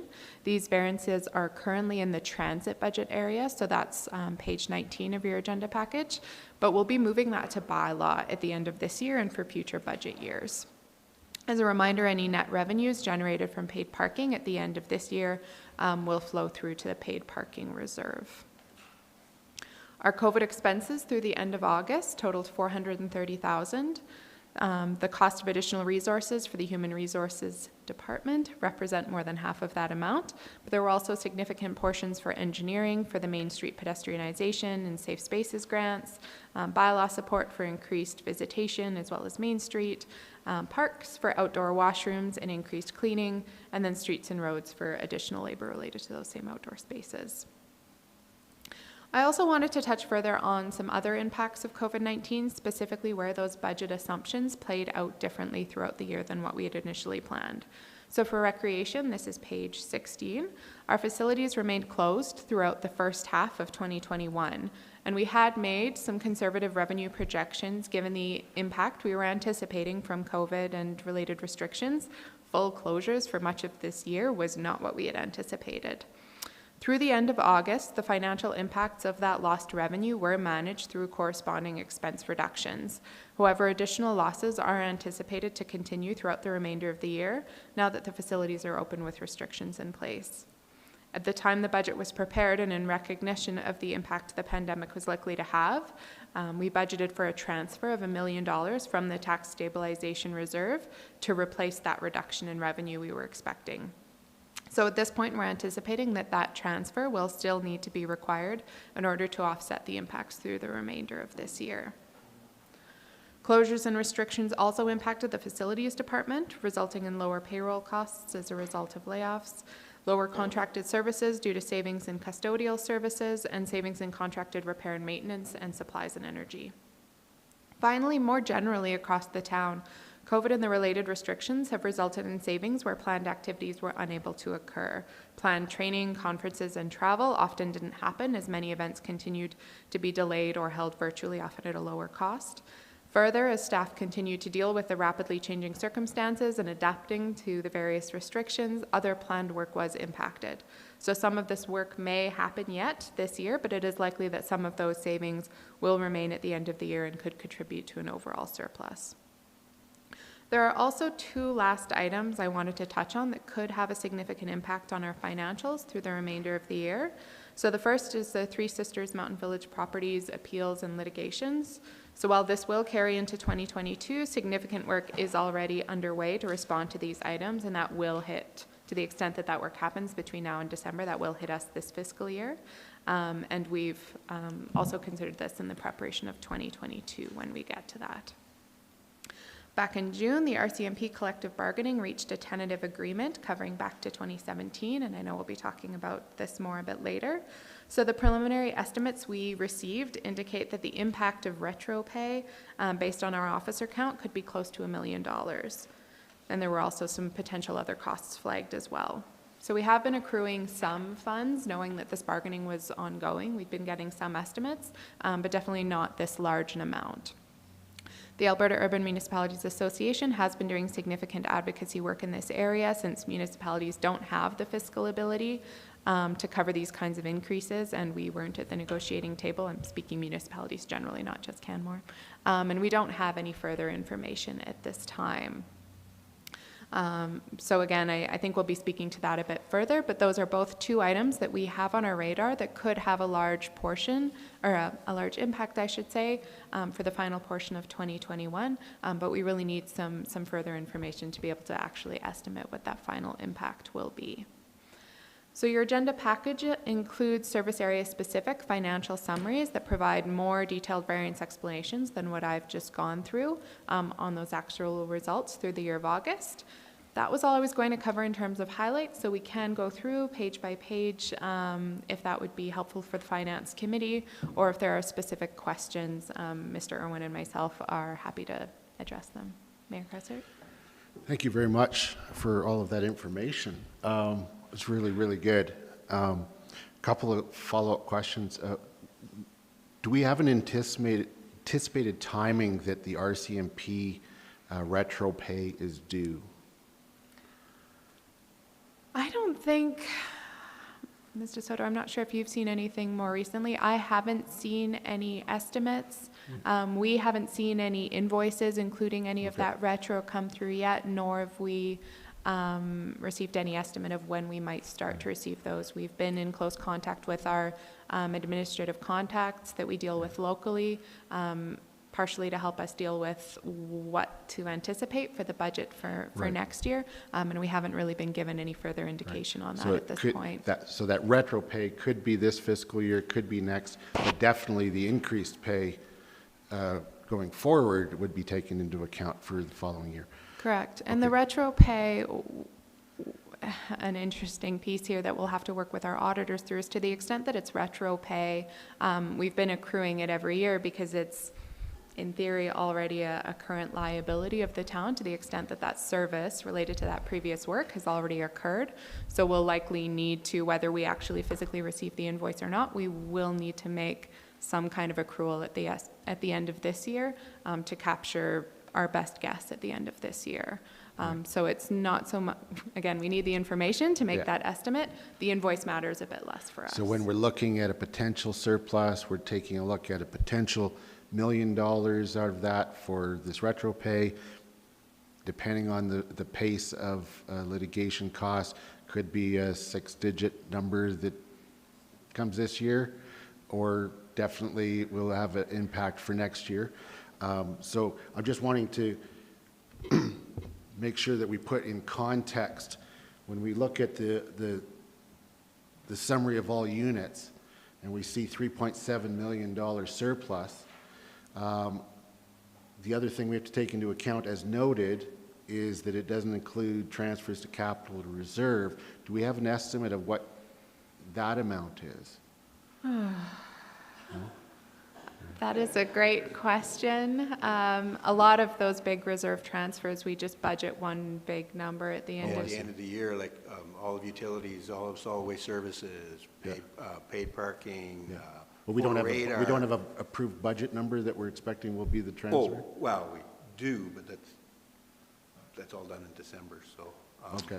It's, the whole Yeah. year-to-date thing, looking at the front page doesn't tell the story, and that's why we say that right in there. Yeah, well, that's why I'm just trying to put it in context. Yeah. If that's a $2 million number, and then we have these other things, because I know councillors like to lick their chops around surpluses, because in April, then you get to allocate them someplace. So I'm just wanting to keep expectations in check. About here, yeah. Okay. Yeah. If it helps, the $1 million that I flagged here, I think we had about 300,000 from previous years we were accruing, so it won't be quite. Okay. Yeah, so it'll be closer to 700,000. The difference between what we've been accruing and now what we know is about 700,000. And, it depends on the availability of external legal counsel to support us in these matters as well. We're not able to do that all in-house, so it's difficult to say, but the reserve contributions and some of that, those are big ticket items. I can't remember where we're sitting at with even the paid parking, that difference between the revenue and the expenses, how much of that we end up needing to transfer at the end of the day. But those are a number of large ticket items that will still all need to come out. As I see it, we have a third of the year to go. There's still some variables out there, plus there's transfers to be made. So while it's looking good, it's better to see a positive number than a negative.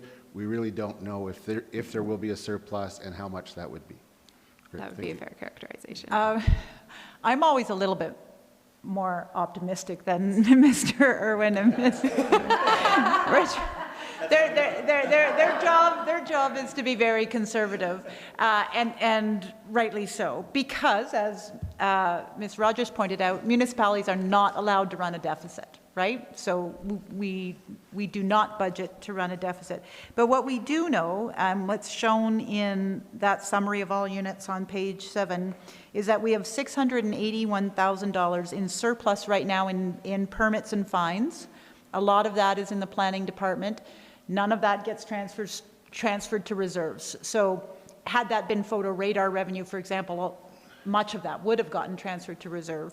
So we do know that we're sitting in a significant surplus situation just at the end of August, let alone what's coming in for permit and plan fees for the remainder of the year. So I am expecting a surplus. We have never had a deficit, and it's likely that we will see a surplus of at least that amount. Because we're not seeing overages in expenditures in any other department. As Ms. Richardson pointed out, we're actually seeing expenditures quite a bit less as a result of COVID impacts that we thought would have gone away by now.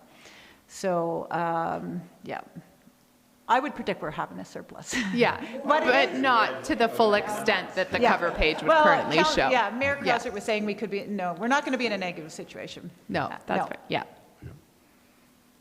I'm just hoping we're sitting in the 300,000 range instead of the 3 million range that the financials might otherwise indicate right now. Right. Yeah, and that's what I was getting to, is just How much of it? just putting a context so that expectations when it comes to April, when we finally get the number with the audited financials, that we're not greatly disappointed, and I think that it's just good to look at it through the lens of we've still got 4 months to go and variables out there. So. Yeah, so it has been common that we see a surplus of about 2 to 3%, which is reasonable given our operations. Yeah, it's likely that we'll be somewhere in that range. Yeah, great, thanks. Just to add to your caution on the revenue side for planning and development permits, they do tend to be cyclical, tied to construction seasons. And we do know through experience that this last quarter of the year is kind of the lower period for application volumes. So it is not unusual to see a positive variance earlier in the year as people are trying to get all their permits in for the construction season, and then that tapers off, particularly in the last quarter of the year. So just to further manage expectations around that. Thanks. Thanks. Any other questions on the operating to date?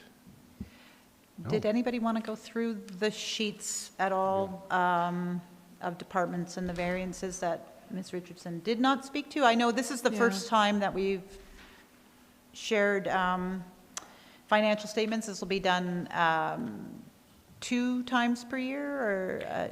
COVID has kind of messed up our schedule the last couple years, but typically we do try to give 3 a year. 3 a year. So we kind of say roughly quarterly, but yeah.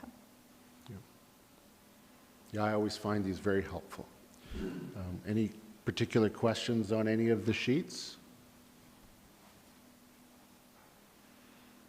Not at this time. So, Perfect. So we didn't have any motions or anything on around that one. It was just for information. Next up, we had the capital update, if the Finance Committee is good to carry on. So similarly, again, I'll just be speaking to this verbally. Attachment 1, so I believe that's page 27 of the digital report, details all the active capital projects, both current year 2021 approved projects, but also any ones that were carried forward from previous years and their status. And really it's that status that we want to be focusing on. So the spent to date column only represents what was invoiced and processed by our accounts payable department. And this one we were able to provide as of September 30th. So it's a little bit more recent than the operating we were just looking at. So this won't include committed amounts or invoices we've received since September 30th.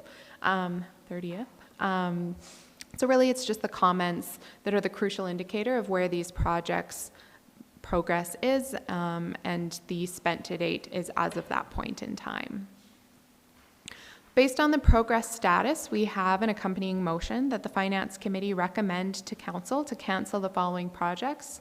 Number 7168, the Business Transformation Project from 2021. Actually, these are all 2021, so I'm just going to skip that. Next, number 7174, PC Lifecycle and New Equipment. Number 7175, IT Infrastructure Lifecycle and New Equipment. And 7176, the Business Registry City View Project. So earlier today, Ms. Rogers spoke briefly to our budget amendments policy. That was page 43 of the digital package, or it's also in your binders.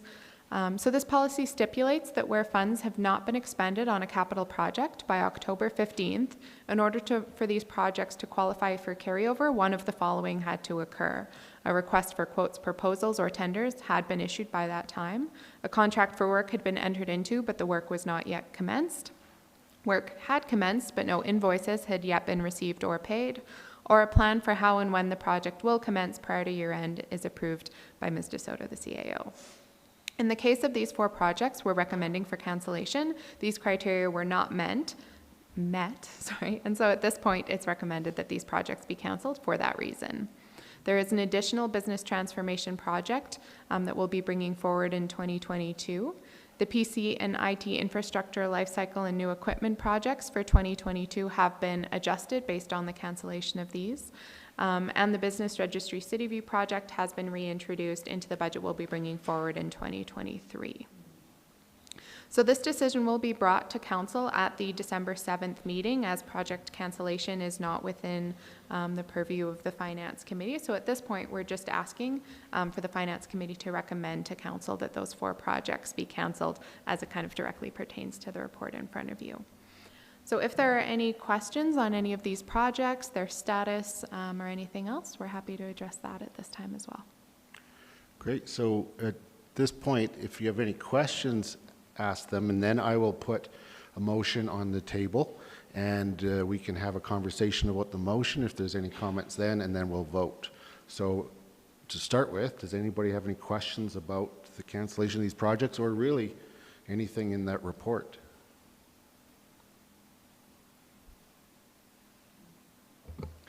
Wade?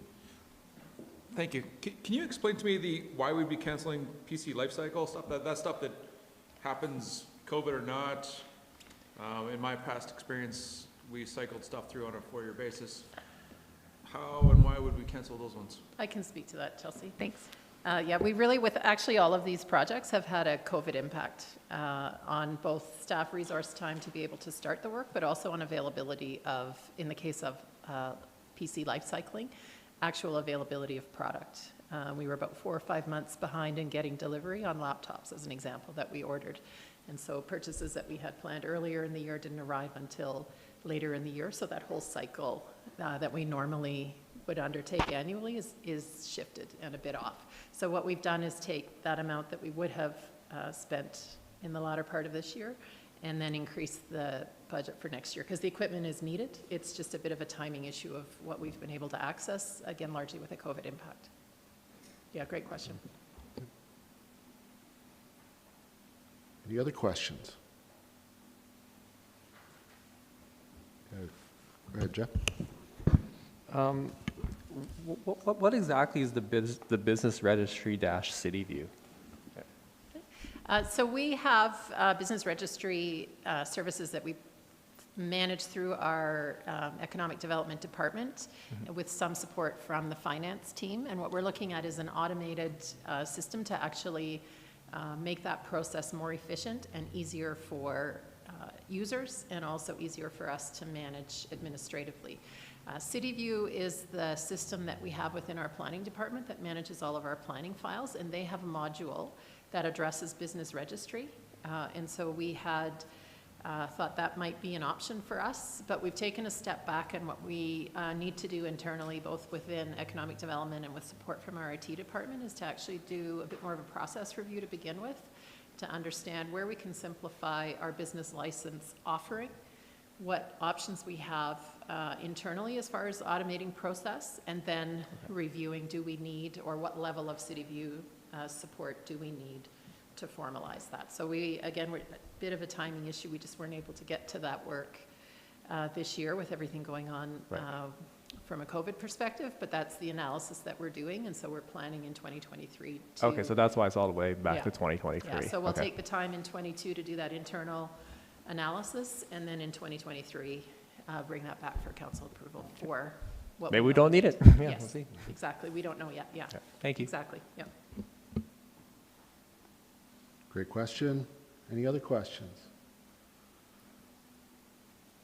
Okay, seeing none, then, I will move that the Finance Committee recommend to council the following projects. 1, 7168 Business Transformation, 2021. Number 2, 7174 PC Lifecycle and New Equipment, 2021. Number 3, 7175 IT Infrastructure Lifecycle and New Equipment, 2021. And 4, 7176 Business Registry City View. Is there any discussion on the motion? I see this as just following the policy and basically moving these projects down the road because they couldn't be expended this year. So I think it's pretty much an administrative task. Anything anybody would like to say? Seeing no discussion, I'll call the question. All those in favor? Carried unanimously. Now, on to looking at the schedule.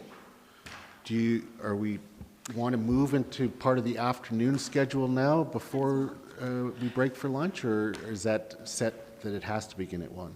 I believe as long as Ms. Richardson's prepared to move forward with her next presentation.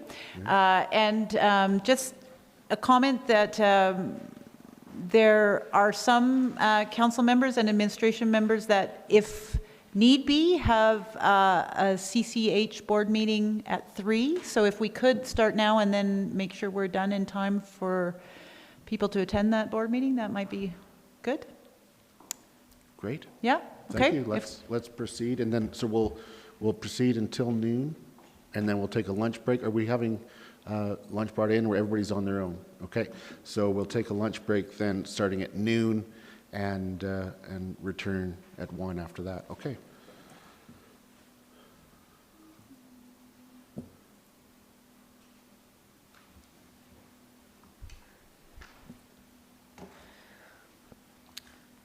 So my notes say this afternoon, but now we're into the morning. So we're going to walk through a high-level overview of both the operating and capital budgets next. So we've done a little bit of orientation. We've gone through some of the history. I wanted to provide where we were at for the current year, and now we're to the point where we're kind of looking forward.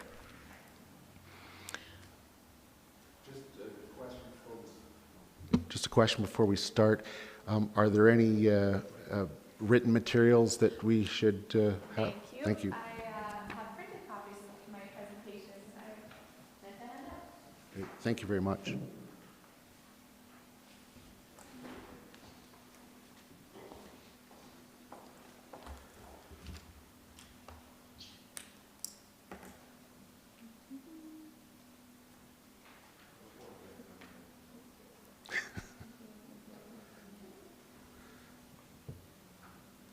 Oh, I see you double-sided them. It's including on the front, excluding on the back.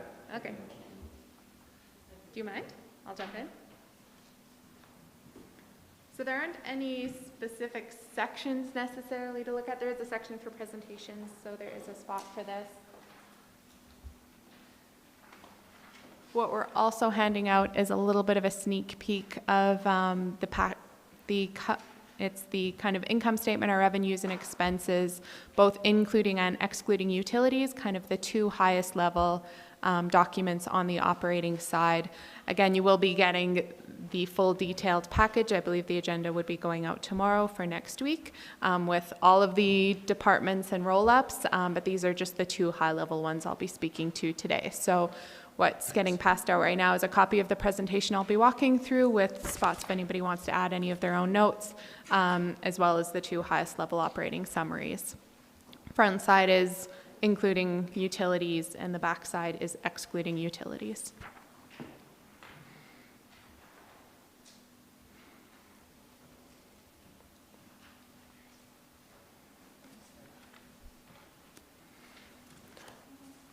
Perfect. So when we look at the highest level, I'm going to start with the expense side because that's really the main driver of our budget. How much it costs to deliver the programs and services, run the facilities, and deliver the infrastructure the town requires.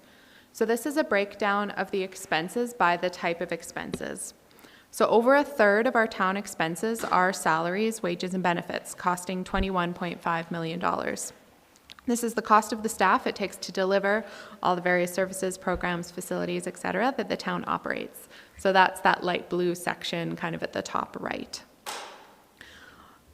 Almost another third is contracted services for those portions of that work that our staff don't do directly for another $16.3 million. That's that dark blue section kind of at the bottom. This includes things like EPCOR for our water services, the RCMP contract we were just speaking to, and transit services.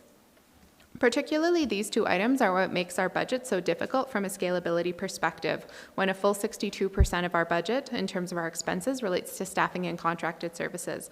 It's difficult to make material reductions without cutting back on staff or services, and those services might also be governed by multi-year contracts.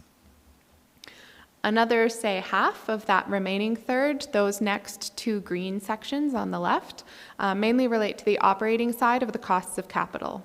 So the first is transfers to reserve, and those are contributions and savings, mainly towards capital, but also other specific purposes as well. And those total $8.3 million. And next, the borrowing costs, which pertain to the debt we take for capital projects, as Ms. DeSoto spoke to a bit earlier. And those costs are $4.4 million for 2022. Everything else makes up that final portion, so kind of that last half of that third. So there's supplies and energy costs for $4 million, admin and general services for $2.3 million, and that includes things like insurance, training, memberships. And next there are transfers to affiliated organizations for $1.6 million. We have $1.3 million in internal transfers, and this is entirely offset in the revenue side. This is just transfers between departments. Then there's the transfer to capital of $1.3 million. So this is the amount we tax for each year that flows directly to fund the capital program. It's used in that year and sometimes in combination with portions of what's in the reserves from prior and current year contributions. And finally, there's other expenses totaling $92,000 for a total of $61.2 million in expenses. Another way of looking at the expenses is looking at where they're spent rather than what they're spent on. So this table totals the same 61.3 million as the previous slide, but breaks it down by area. So the lighter blue quarter in the top is the utility expenses totaling $16 million. And when we talk about utilities, I just want to flag that we're not talking about just water, but also the solid waste services side as well. The bottom kind of right corner where there's multiple little slices is municipal services. So it includes policing bylaw for 6.1 million, recreation for 3.7 million, 2.9 million for fire rescue, 1.3 million for community social development, and 973,000 for economic development. Corporate services is that darker blue kind of bottom left corner. That includes council, the executive office, human resources, finance, IT, and the more general municipal area, which includes the transfers to capital and reserves I was just speaking to, our debt costs, insurance, things that serve the organization as a whole. And that last quarter, kind of the top left, relates to municipal infrastructure. So expenses for public works totaling 5.9 million, 4 million for facilities, 1.4 million in planning, 1.3 million for transit, and 1.1 million for engineering. Then there's 2.3 million for affiliates there as well. Just, sorry, wondering, Chelsea, if you could Sure. just speak to affiliates. That might not be something everybody's familiar with, who we're talking about there. Sure. So where we're talking about our affiliates, we're talking about organizations like CCH, Arts Place, the museum, who else? Library, thank you. Yeah, those, Arts Place, mainly those four. And then there's some others, yeah, there's some other smaller ones as well. Yeah. The affiliates is really those big four. So sorry, thanks Lisa. Again, one of those things you take for granted. Once the expenses are established, then there's the revenue side of how those things are paid for. So from sales and rentals, there's 24.4 million generated, and most of that is again from utilities, the franchise fees we spoke to briefly earlier, and recreation services. There's 3.1 million in permits and fines, 2.9 million in transfers from reserves and other revenues, which could include things like interest, 1.3 million in grants, and finally there's that 1.3 million in the internal transfers. This is the revenue side that entirely offsets the expense side. So as you can see from those pieces, we're just over halfway to what we needed to meet our expense needs, and really that's where municipal taxes, what we need to tax for, is that remaining portion. So that for 2022 is the 28.1 million. So I'm going to take a bit of a step back. So we wanted to provide a high-level overview of the proposed operating budget and business plans. And then at the meeting next Tuesday, we'll actually get into the specifics of some of what we were just looking at, but actually by department and business area. So the budget and business plans we're presenting are within the direction we received, as within these increases, Ms. Rogers was speaking to these earlier, around the 5% for each year. So even with these increases, this budget process was very challenging and represents primarily a continuation of our status quo services. Some important initiatives have been excluded as there wasn't room within that 5% guidance. There is also still significant uncertainty with regards to the future impacts of the COVID-19 pandemic, and should we enter into another major wave, the 2022 and onwards budgets, I just want to flag, those don't include contingencies for any additional kind of major events. Further direction would need to be sought from Council would that be the case. So Council's updated priorities have been included in these budget and business plans, the ones that were updated, I believe that was in 2020. But other than what's basically dictated by those updated council priorities and policies, there really isn't much else new in what we're bringing forward. So I guess the information that we don't have yet, that I'm just hoping you can confirm, when you say the proposed budget is within 5% tax increases, so my calculation just on what's there is it's a 6.6%, but then growth would bring it down underneath 5? Correct. So Okay. I believe in the final budget document that we publish, we do usually show both numbers. Yeah. Generally, when we're speaking about the tax increases, we usually refer to it net of growth. So the difference between the numbers Ms. DeSoto was showing, the and I'm blanking on what those numbers were, 48 to 32. So it's the net increase to kind of the existing town base, once we've accounted for the additional growth in the tax base due to new residential properties or new commercial properties coming online. So as we go deeper into the process, we'll get that information and we'll see a proposed tax increase of less than 5% for the existing. Sorry, it's 5% for the existing. That's why the number you're seeing is slightly higher. So it's 6.5% pure numbers. We budget for $400,000 in growth. That's our assumption for what we'll see in growth in the community next year. And that 400,000 is what brings it from 6.6 down to the 5%. So it won't be further reduced. The 5% is, and generally the direction we receive is considered net of growth. So as we deliberate, that's the starting point, and council can either deliberate things down or deliberate things up. So it's still too early to say what the actual tax increase is going to be. What we're bringing forward as our starting point is at the direction that we had received, and I appreciate that was from the previous council, and where we go from here is now up to the Finance Committee. Thank you. So again, just taking a little bit of a step back further from that, I did want to talk a little bit further about the impacts of COVID-19, because that hasn't just impacted us in the past, but it continues to impact to the point in time we're at now, and where we are going forward. So beyond the uncertainty of the impacts of COVID-19 on future years, the budget has been impacted by the actions taken in response to the pandemic over the last 2 years. So in 2020, in order to lower the overall municipal 2020 tax requirement to 2019 levels, we reduced staffing and service levels, cut expenses, canceled several capital projects, and reduced our reserve transfers.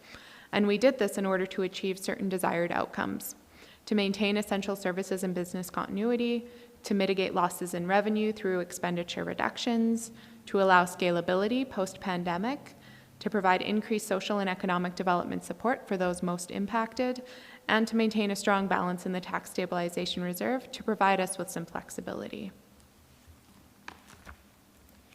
So what that amounted to in terms of dollar values was that capital projects and also correspondingly reserve transfers were reduced by $1.225 million, and there was an additional $2.7 million in expense and service level reductions, and almost half of that came from staffing reductions.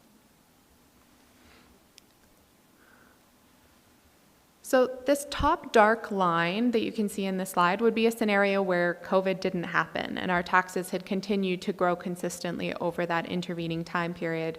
But based on the actions mentioned previously in response to COVID, instead in 2020, you can see there's that little flat section where taxes were held the same between those 2 years. And now we're kind of on this different lower trajectory. While the gap between the lines, I can appreciate, doesn't appear particularly large in the context of the entire scale of our taxes, that difference between the light blue and dark blue lines is $1.3 million, which would go a long way in terms of the delivery of programs and services, as well as contributing to our capital needs. So we'll never get back to where we otherwise would have been if COVID hadn't occurred because of those actions. So I went through those pie charts of where we were kind of sitting for the high level. I wanted to step back and look a little bit of the direction that we received and how COVID's impacted us. Next, I wanted to go through actually some of the big changes from our last approved budget, the 2021 budget, to the budget that we'll be, again, going through in more detail, but again, to provide a high-level overview. These are some of the biggest changes we're seeing. So first I wanted to flag that in those earlier pie charts, I was showing the town as a whole, which would be kind of that first page I gave you that includes the utilities. But moving forward, because the utilities are rate supported and not supported by taxes, I'm going to be really focusing here on kind of the back half of that sheet, the excluding utilities. And then I believe it's on the 23rd, as we spoke to earlier, Mr. Camo will be doing a walkthrough of the utilities model in its entirety, operating and capital. So I'm really focusing on the tax-supported side of the budget right now. I just wanted to mention for context, $264,000 equals a 1% tax increase. So as you're looking at some of the changes that Chelsea will be talking about, you can keep that math in mind. 264 equals 1%. Even that gap that Chelsea was speaking. Yes, that's like 1.3 million divided by 264,000. We're looking at about 5.5%, 6% just there that we're behind and unable to catch up. Yeah, great context, and those are kind of some of the benchmarks that we often use in these conversations. Trying to think where I was with this. So, high-level overview. First category I wanted to speak about are changes to revenue. So this whole slide is our changes to revenue, again, what we're bringing forward in the 2022 budget compared to the 2021 budget. So first, our franchise fees have increased $242,000 over what we had budgeted for this year. And I just want to flag that that is all due to volume. We're not anticipating rate increases year over year. We have a model that we use for the allocation of our franchise fees, which I'll go through a little bit later in the presentation today. Secondly, for 2022, there is a draw from the tax stabilization reserve planned for $600,000. And again, we'll get into this more in future meetings, but that's planned to help smooth the effects of the RCMP and fire increases over time. As you may have seen in previous budget approvals, we did have a multi-year plan for the increased staffing in fire. We were also anticipating, in addition to the collective bargaining piece around the RCMP we were speaking to, with the most recent census, we're also expecting our population to now show over 15,000, which will mean we'll be responsible for 90% of the cost share for the RCMP versus the previous 70%. So there were a number of big impacts. We've been planning for this for a while, and in 2022 we're budgeting $600,000 to help smooth those in over time. Back in 2021, we had budgeted we hadn't budgeted, but council made a motion to smooth the tax rate increase last year. So we drew $480,000 last year to smooth that tax rate increase. And additionally, we had a COVID contingency where going into that, we knew that COVID was likely to have a significant impact with incremental expenses. And so we budgeted $600,000 from the tax stabilization in order to cover those extra costs related to the COVID pandemic. And finally, again, I believe I mentioned this earlier, but we also knew that the recreation, when I was doing my year-to-date update, we'd been conservative with our revenue projections. We didn't know quite to the extent that we were going to be impacted, but to replace that lost recreation revenue in this year, in 2021, we'd planned for a transfer of $1 million from the tax stabilization reserve to basically replace the lost revenue within recreation. So again, we had that last year, but we're not budgeting for that in 2022. The next line, so in the original 2021 budget, again, as we spoke to in the year-to-date update, there was no paid parking program included. So Quarry Lake paid parking wasn't approved until March. So that's why in the 2021 budget, there were no paid parking revenues identified. But for 2022, there is $695,000 there budgeted in revenue. Again, we'll talk about this in greater detail in future meetings to go through kind of that whole program. But really, this revenue will go to fund the program expenses, and any net revenues are intended to flow through to the paid parking reserve. The second bottom line there for recreation, again, due to the anticipated impacts of the COVID restrictions in 2021, revenues were reduced down to that $2.6 million, and then we did that reserve transfer I show above. For 2022, again, we're not planning to do that draw, and the revenues are expected to increase even by the $1 million that we replaced last year, and then a further $93,000. Finally, on this slide, permit and fine revenue within the planning department, again, as we spoke to in the year-to-date update, is anticipated to increase by $362,000, and that's primarily due to increased building permits. So those are the biggest changes we're seeing on the revenue side, and then I'm going to move over to the expense side. So next I wanted to talk about, oh, go ahead. Yeah, so what's the net proposed revenue increase? I don't have a total because these are just the biggest impacts over 100,000. In previous years, we'd really tried to kind of balance to the overall changes. But today, we're really just trying to keep it high level, and I just flagged any increases or decreases year over year of greater than 100,000. So by looking at the overall budget summary excluding utilities, if 1.7 of that increase is municipal taxes, then that leaves 1.6 of the 3.3. So it's roughly 1.6 in revenue increases from other sources? That's Okay. correct. Okay. Good math. Okay, thanks. Yeah, so that was the back side of that handout that Mayor Krausert was just looking at. You can look at the total revenues there, budgeted at, for 2022 at 45.3 million. And then Mayor Krausert did the math there to back out the increase in taxes.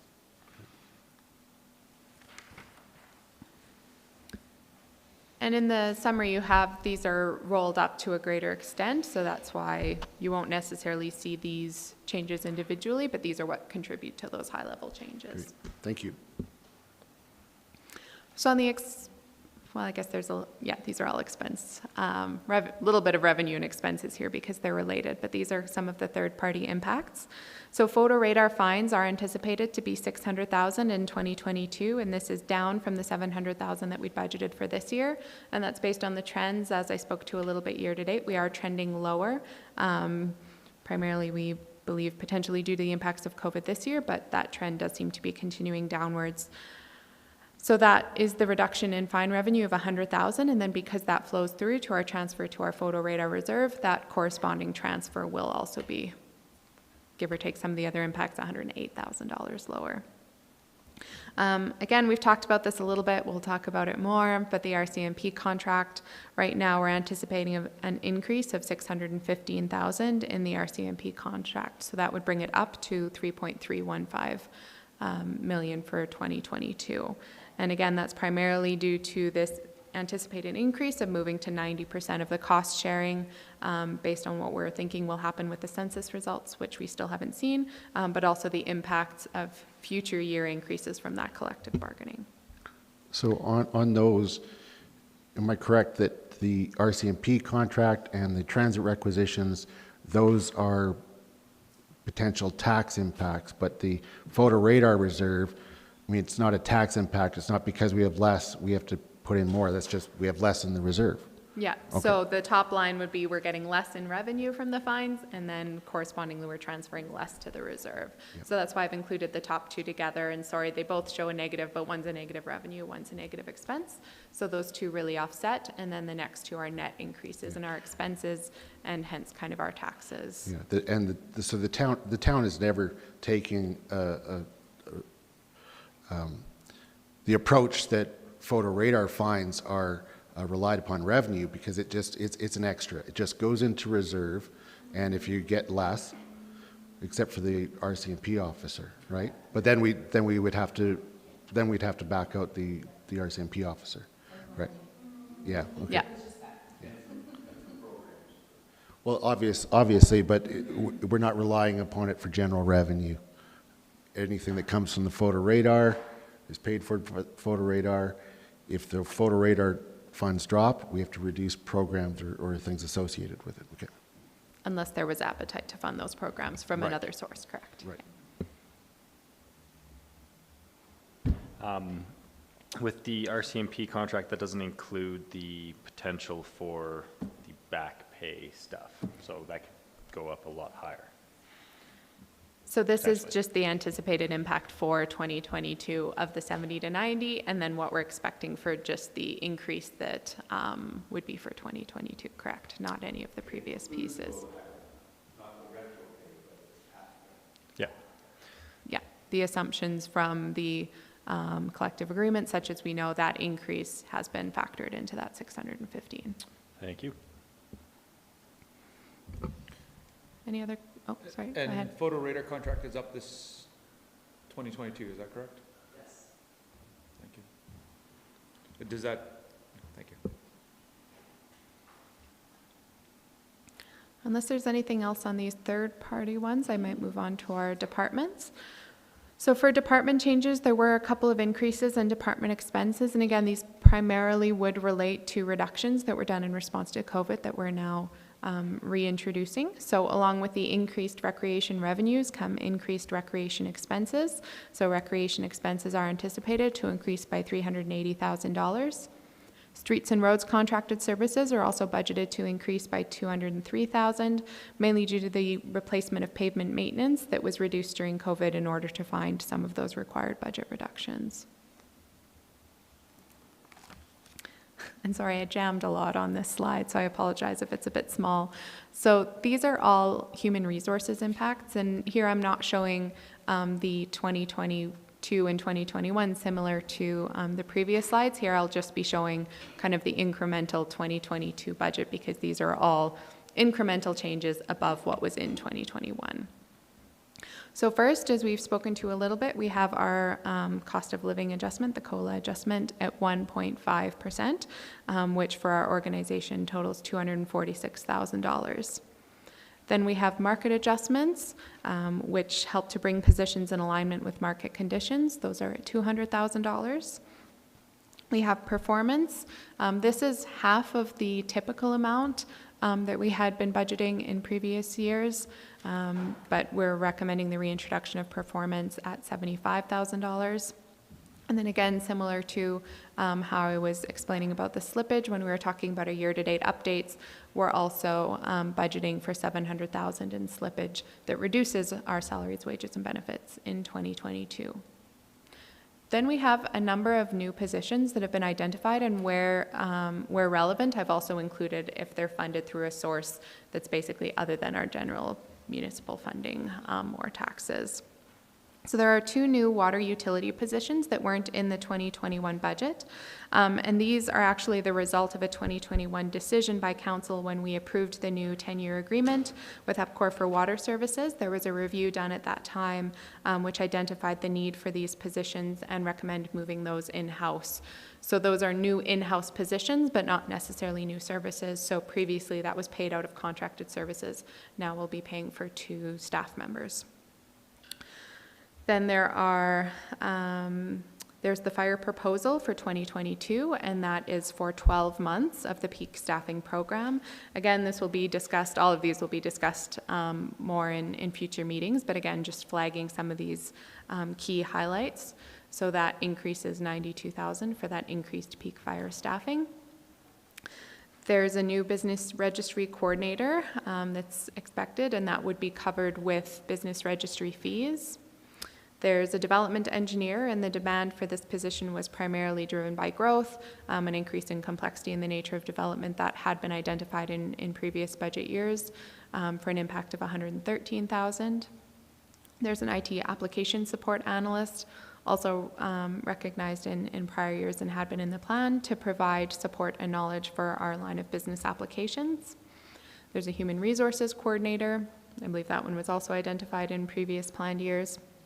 And that's really to keep up with the growth and demand of our workforce. And then we have the new paid parking program, more detail to come on that program, but obviously a new program requires staff to manage. So these positions will be covered with the revenues that we receive from that program. More to come on this as well, but there's the Safe Park program that's proposed to be extended for that the pilot kind of be reintroduced in 2022 since it was really adapted to respond to COVID and the housing needs during that time. But there is a coordinator there. And because that is a pilot program, we're not recommending for it to form part of kind of core operations yet, as it's a pilot. So that will have existing funding from the tax stabilization reserve, where the current housing support during COVID was funded from. Finally, there are solid waste services positions that are anticipated, and those would be covered through the solid waste services fees. Any questions on any of those human resources? Again, I know this is all really high level, and we'll be covering these more specific when we get to each of those departments.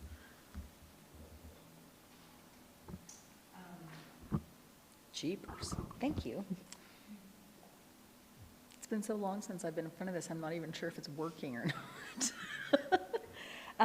So COLA adjustments to salary grid, that's the increase, the 1.5%. Based on CPI. Right, CPI, right? The market adjustment, is that sorry, can you go back and I explain? can speak to that if you Thanks. like. You can probably So in my presentation, when I was reviewing the employee pay policy, this is related to that. 55%, this is the 55th realignment. percentile, correct. So we do regular salary surveys of competitive municipalities. When we determine that we've actually fallen below that target 55th percentile, we need to bring staff up to that 55th percentile, and we call that market adjustments. Okay. And so that's this amount here. It also was reduced to get to that 5%, but we did feel important to keep some amount in. And then performance, we have a salary grid. Moving through the grid. And this performance pay allows employees to move through the grid. So they start at an entry-level rate in a position, and we have established for all of our positions a job rate, or when you're kind of fully competent in your work. And that ability to move from the starting rate to the job rate happens through performance pay.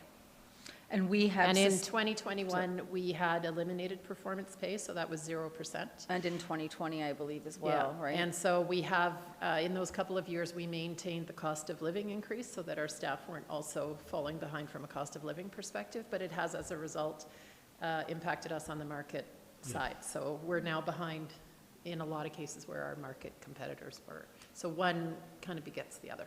Okay, thank you very much. That was my question. Just for perspective on COLA as well, we've used 1.5, and that's cut off as of June, so it's last July to this June, and that's the way it was kind of running. But if the next 3 or next 2 months is the same as what the last 4 months is going to be, actual 2021 calendar year will be 3% for CPI.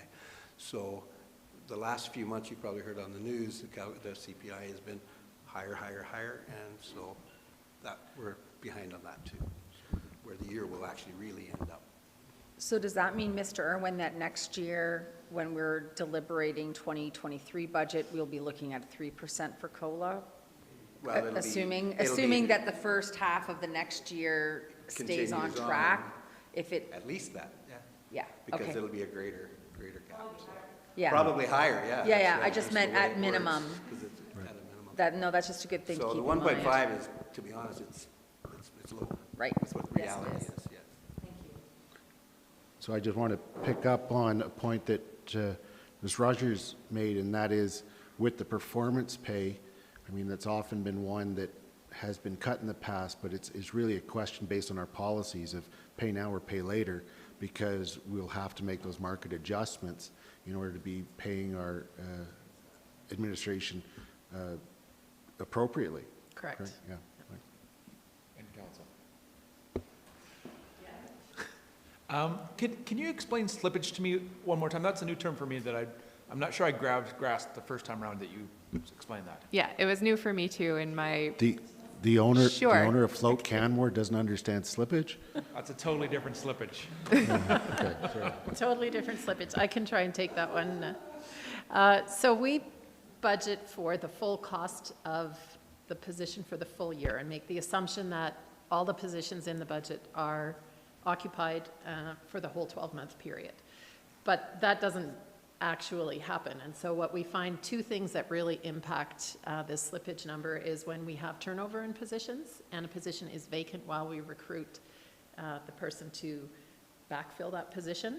And so we're often saving salary, wages, and benefits while that position is vacant. The second piece is often when we're bringing in a new person, they come in lower in the salary grid than the person who left that position. And so that gap of what we were paying the original person and what we're paying the new person also contributes to that slippage. Because we can't predict in advance which positions are going to be vacant at what time and for how long, we've done a historical analysis. Lisa and I argue about it every year, but she's always right. We do a historical analysis to say how much slippage have we had, and then how much should we predict for the coming year. I tend to be a little more conservative, and Lisa is like, nope, we had at least that, we're going to go in with that, and she's been right every year, so. I like it when she says that. But just to put this in context, if we didn't budget slippage, we would tax for it, right? So it would end up in our surplus at the end of the year, and then we could put it into reserves or whatever. But this acknowledges that there will be vacancies, there will be savings in salary, wages, and benefits. So we actually budget a negative number saying that about $700,000 of our salary, wages, and budgets we won't spend, and we won't tax for it. So that's what that's saying.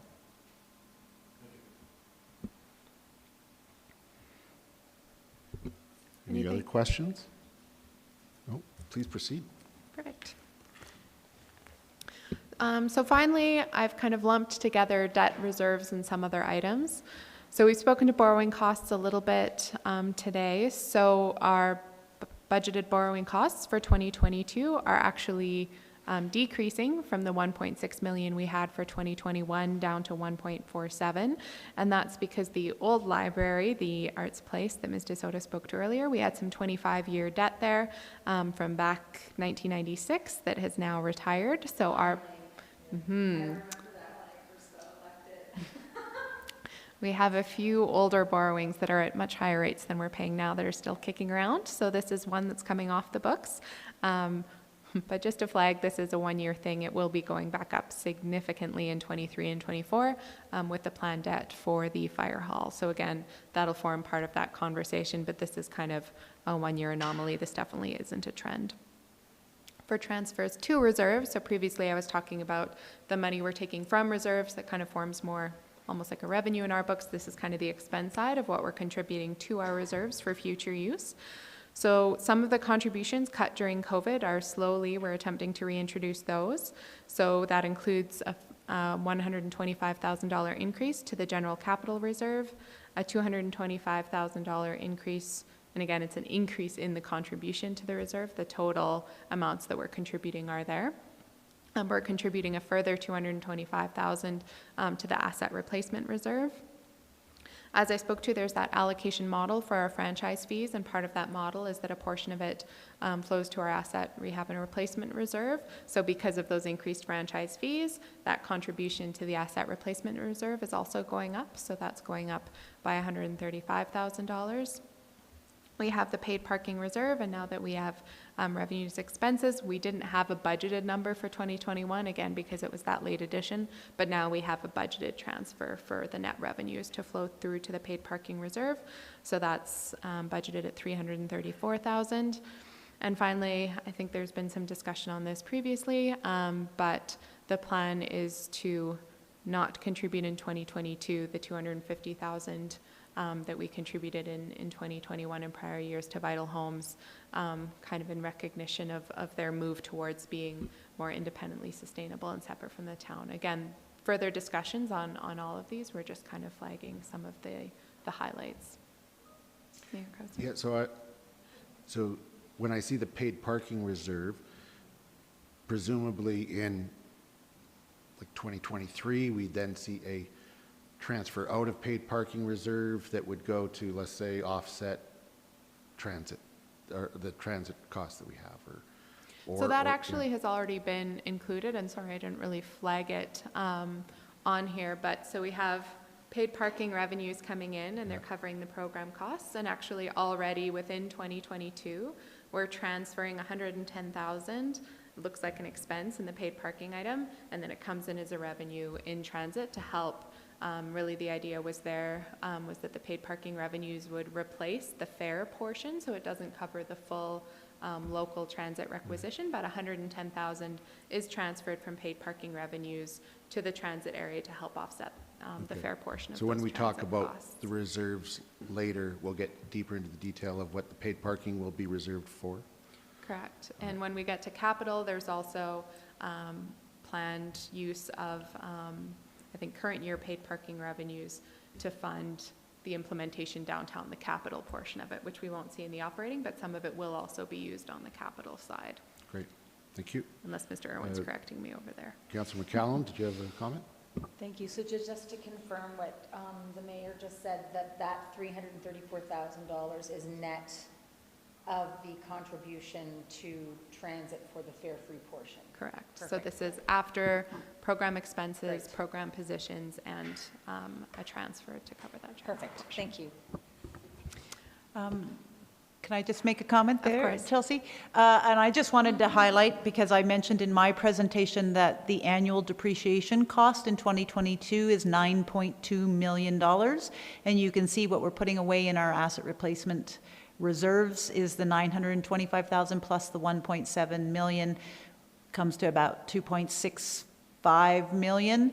So well shy of that $9.2 million depreciation, which is a good proxy of what we should be putting away for future expenses. One other context, just in 2021, we had reduced the amount that we were contributing in response to COVID. So while we are increasing our contribution in 2022, we're actually still playing catch up on that reserve contribution side and trying to fill that gap that Chelsea had in her chart. So we are still behind our pre-COVID contribution levels, but we're trying slowly to catch up. Have we ever been close to our depreciation costs for replacing that money? Someone with more history than me might need to answer No, that, we but I have would not. hazard no. We've never been close. No, I'm sure you don't. Never been, okay. Add to that, though, in the 9.2, it does have water utility and wastewater, which isn't included on there, so it isn't as bad, but no, we've never made that. Do any municipalities come close? And that's often what you hear as the infrastructure deficit Yes. issue, right? And we do look to higher levels of government to help fund some of our large capital programs, and we do receive grants, which we'll again talk about as we get into the capital discussion. Quite often they're for new programs, not repair and replacement of assets. Yeah, so we are actually in many of the indicators we look at, and the auditor will speak to this when he speaks to our financial statements. We are in a favorable position compared to many municipalities with respect to our reserves and our programs for contributions to reserves. Tanya? And isn't the tangible capital asset system fairly new within the last decade for Alberta municipalities? So we've only just started planning for this, so yeah, we're not at equal. Yeah. And I'll talk about this more later on, but factored into that is some of the asset management, and there's support for that, but those are often still, in the grand scheme of how long municipalities have been around, relatively new programs, and so there's a lot of work happening in that area right now. And the final last Just an information go piece. ahead. So municipalities basically hold 60% of the public assets in the country, and we are given 8 cents on every 100 cents to maintain and build and et cetera them. So it's not, but it just keeps being handed down to us. And you can see themes, like through when you're rebuilding things, like there's a housing theme in the 70s, right? Like the federal government of the day dumped a bunch of money into social and public housing and seniors housing. And you'll see a lot of stuff that's now being recycled or life cycled from the late 70s, early 80s, from that dumping of money. And we haven't seen a dump of money in that since now. So just interesting. Sorry, thank you. Yeah, thanks. And finally, there's the transfer to capital. So again, this is the result of the franchise fee model. And sorry, I think I made an error earlier where I talked about taxing for this, but we've recently changed, so we're not taxing for this. It flows from the franchise fees. So sorry, relatively recent change. This allocation model was only adopted last year, but this does flow from franchise fees. We transfer an amount. I'll talk about it more when we get to the franchise fee allocation model, but we transfer an amount roughly equal to 5% of the previous year's taxes. In each year, we transfer that to capital to fund. It's kind of used within that year and funds a number of the usually smaller capital projects, but you'll see that operating capital, and this is the transfer to it from the operating side to the capital side to fund our capital needs. Any questions on anything else here? I don't see any. Now I'm looking ahead at your slides. Is this probably a good point to break? That would be my suggestion. Okay, great. So before we break, I would like to make a procedural motion here. Because our procedural bylaw says everything except for regular meetings that bylaw pertains to can't be more than 4 hours, unless, of course, unanimously agreed by council. So I'm going to make a motion pursuant to section 2.8 of the procedural bylaw to allow this meeting to go beyond 4 hours. Is there any discussion on that motion? Calling the question, all those in favor? And the administration just breathed a sigh of relief. That was passed unanimously. And so as far as as far as our break goes, because we're trying to get out maybe a little bit early and continue to make up, is everybody fine with a 45-minute break?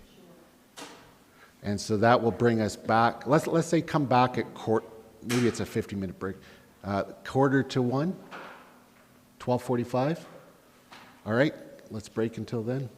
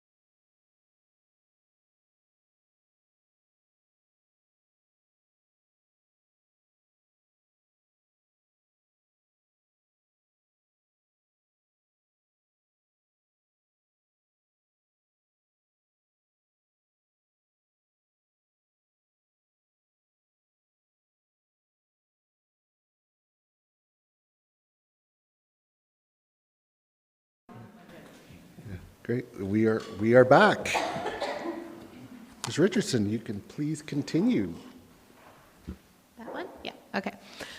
So where we wrapped off this morning was with the significant changes from the 2021 to the 2022 budget. Next, I wanted to speak to how council priorities have been incorporated into the draft budget.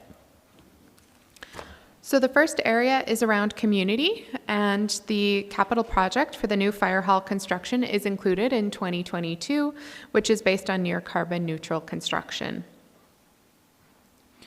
Then there was livability, and this priority really pertained to COVID-19 once those strategic priorities were revisited in 2020. So this increased maintenance and accessibility in this livability area was accomplished throughout 2021, but 2022 and onwards represent a return to the previous service levels in terms of the maintenance and accessibility of outdoor spaces. In the area of strong economy, the Tourism Task Force was established in a framework adopted by Council on October 5th of this year. Going forward, there is also the contribution to TCK each year, and for 2022, that's budgeted at $60,000. For transportation, paid parking is budgeted to expand to include downtown. As part of this program, as we were speaking to this morning, a portion of the budgeted revenues are transferred to transit to fund the loss of the fare revenue.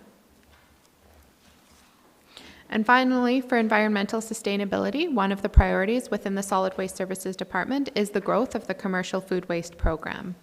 Overall, as Ms. Rogers spoke to this morning when we showed the timeframes of the strategic planning, we are coming to the end of that strategic plan period, and as such, we've realized or are realizing many of these strategic priorities. Next, I wanted to speak briefly to the Citizen Perspective Survey that was completed this year. So just as some context as we go into the overall budget conversations, 84% of residents perceived that they are getting fairly or very good value for their taxes.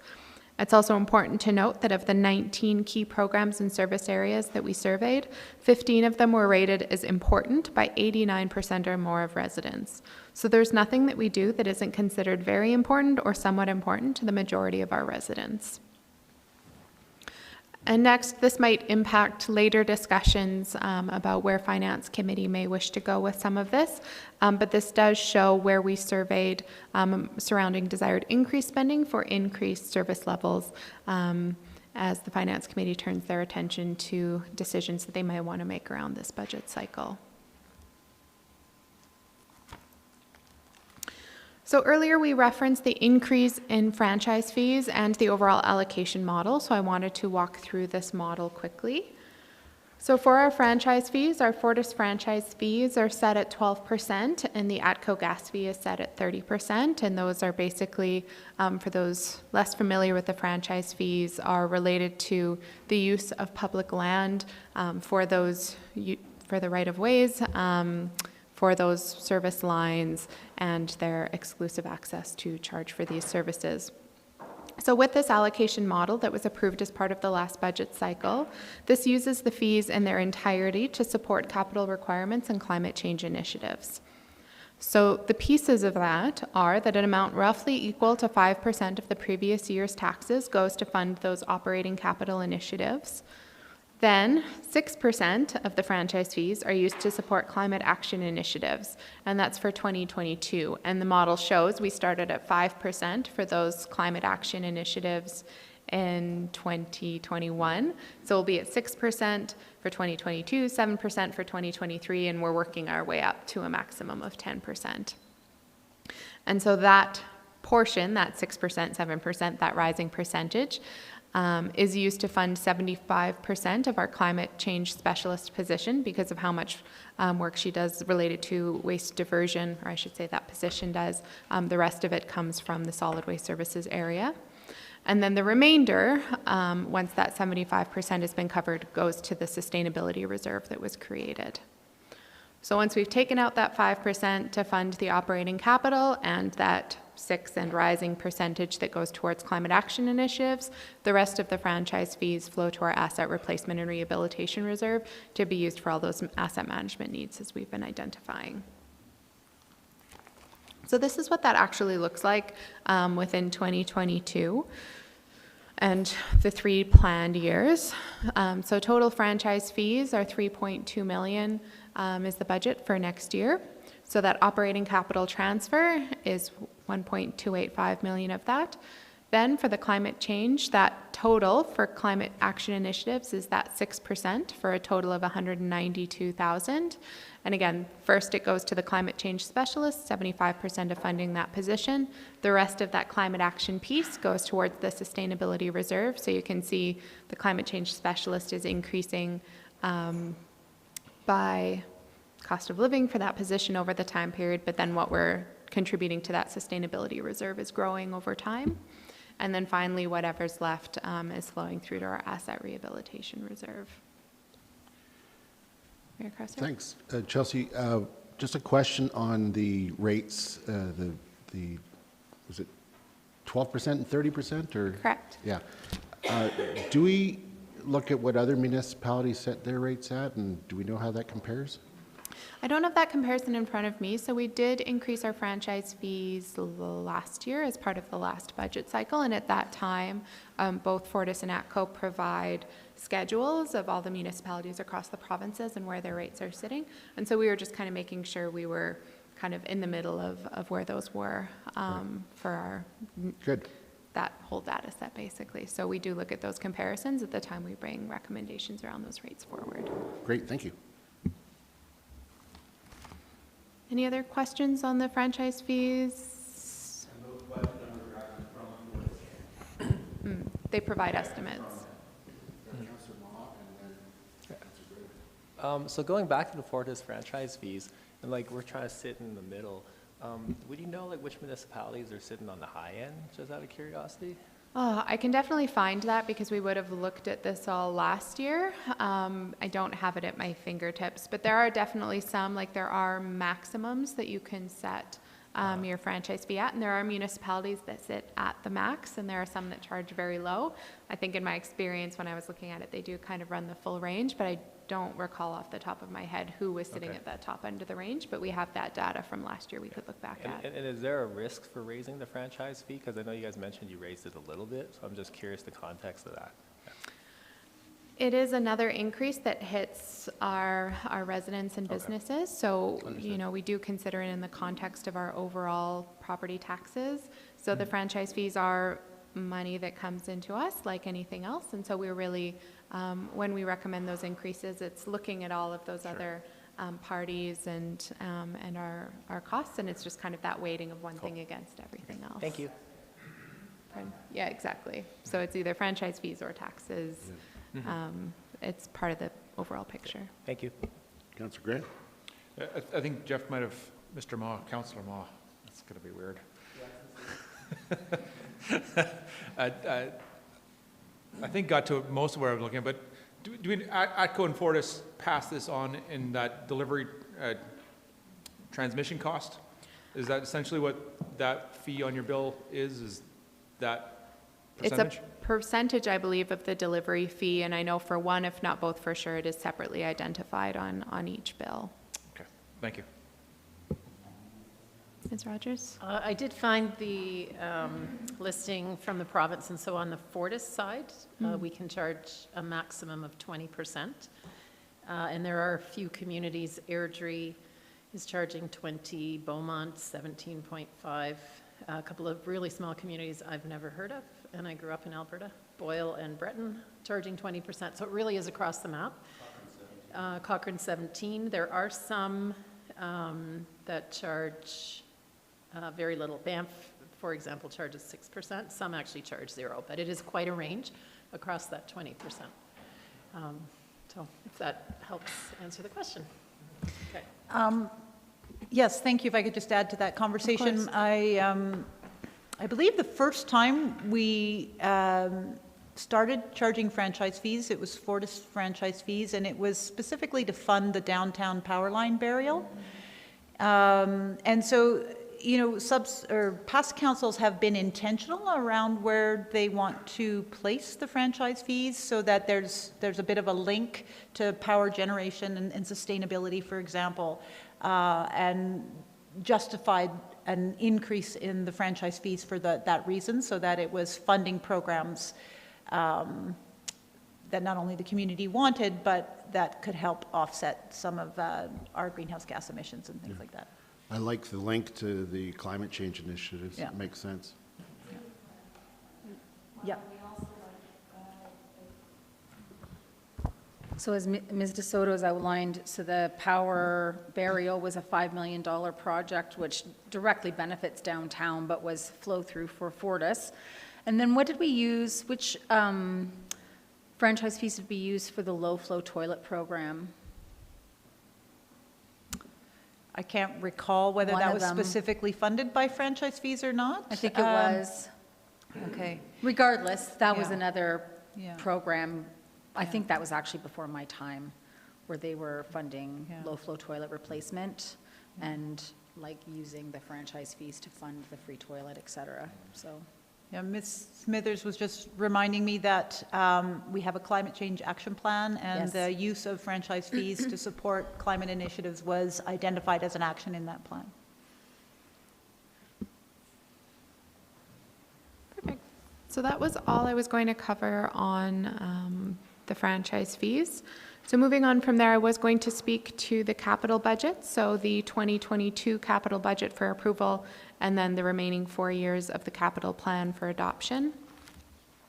So we've spoken to the strategic priorities a little bit. So as I mentioned, in October 2020, the previous council had reviewed these priorities, considering the COVID-19 situation, and had made those updates to the strategic priorities. And it clearly articulates the priorities for the remainder of that strategic plan, which ends through 2022, which were considered and included in our capital budget and plan, as we'd outlined previously. In addition to the direction provided by policy, we also have our many master plans and strategies, as Ms. Rogers had spoken to, that have been approved for planning purposes and help guide us in the preparation of our budget. She also referenced the long-term financial strategy, so that is kind of the umbrella document that looks at the requirements identified in many of these plans and seeks to provide a long-term framework to ensure appropriate funding levels to maintain and replace assets and our overall capital program. So we'll be speaking to that a little bit more on the detailed capital day, and a little bit more about the long-term financial strategy and where our asset management work has gone since that time. So how the overall capital budget development process works, just a little bit of background. So the department teams do create their initial plans, and then some meet as a group so that managers are aware of what other departments are bringing forward. Then the corporate strategic team meets to review the project list and made some further revisions. So our capital budget identifies our assets to be required and any required funding to do so. So it's really our action plan for the upcoming year and years of what assets are needed and how they'll be funded, whether that's through grants, the operating capital, capital reserves, or through debt financing. So 2022, because that's the year for approval, sets out in detail those proposed capital expenditures for approval, and then the remaining 4 years of that 5-year plan include major capital expenditures and the funding required, and that's for adoption.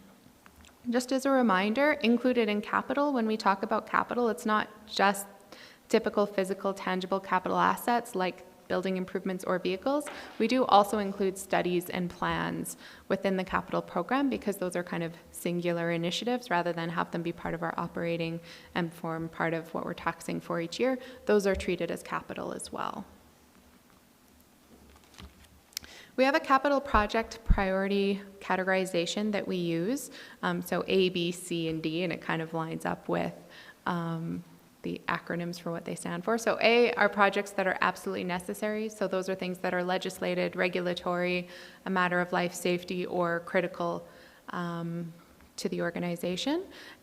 And we actually generally have some A's, but generally not very many. The vast majority of the projects you'll see come forward are B's, so they're considered to be beneficial, and they must meet one or more of the following criteria. So there must be a high level of community expectation and/or needed to service current infrastructure and service levels, and/or long-term efficiency, cost savings, economic benefit, and/or they're aligned with a council priority. So those are all B, and that's really the lion's share of what you'll see in the capital program. We do have C, which is can wait. Those are generally new offerings, service enhancements, aesthetic improvements, or responses to increased community demand. So kind of how we think about it is those are the things that are nice to have. There are a few of those that are identified. And finally, there's D, and those are delay, and essentially that means they're unfunded in the capital plan. We've identified these things, and we don't want to lose track of them, but they're really enhancements. They're kind of a little bit more of a nice to have. They only benefit if there's significant cost or significant operational cost, not just the upfront cost, but the maintenance costs going forward. So really those D projects, we've identified them, but they aren't funded and won't be coming forward unless alternate funding is identified. And those are also ones that, should the Finance Committee interpret the priority of those differently, could then come back in and be funded. There are a lot of worthy projects that do end up being Ds that we just can't fit within the overall capital program. So this shows for 2022 the funding by source. So our grants form 44% of our capital funding for next year. Debt with the fire hall, that is a significant portion of new debt coming on. Debt will finance 27% of the capital program. Reserves cover 23%. That operating that was just out of that franchise model represents 5%.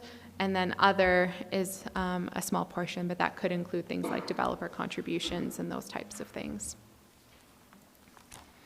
When we look at it by service area, this year looks 2022 looks very atypical compared to other years because of the fire hall. So that's why facilities, the new fire hall is a new facility, and so facilities represents 58% of the projects coming forward.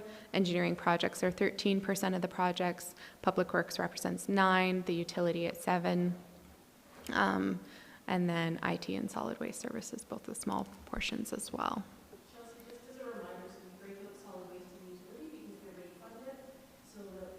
Perhaps, could you go to the mic just so that, thanks.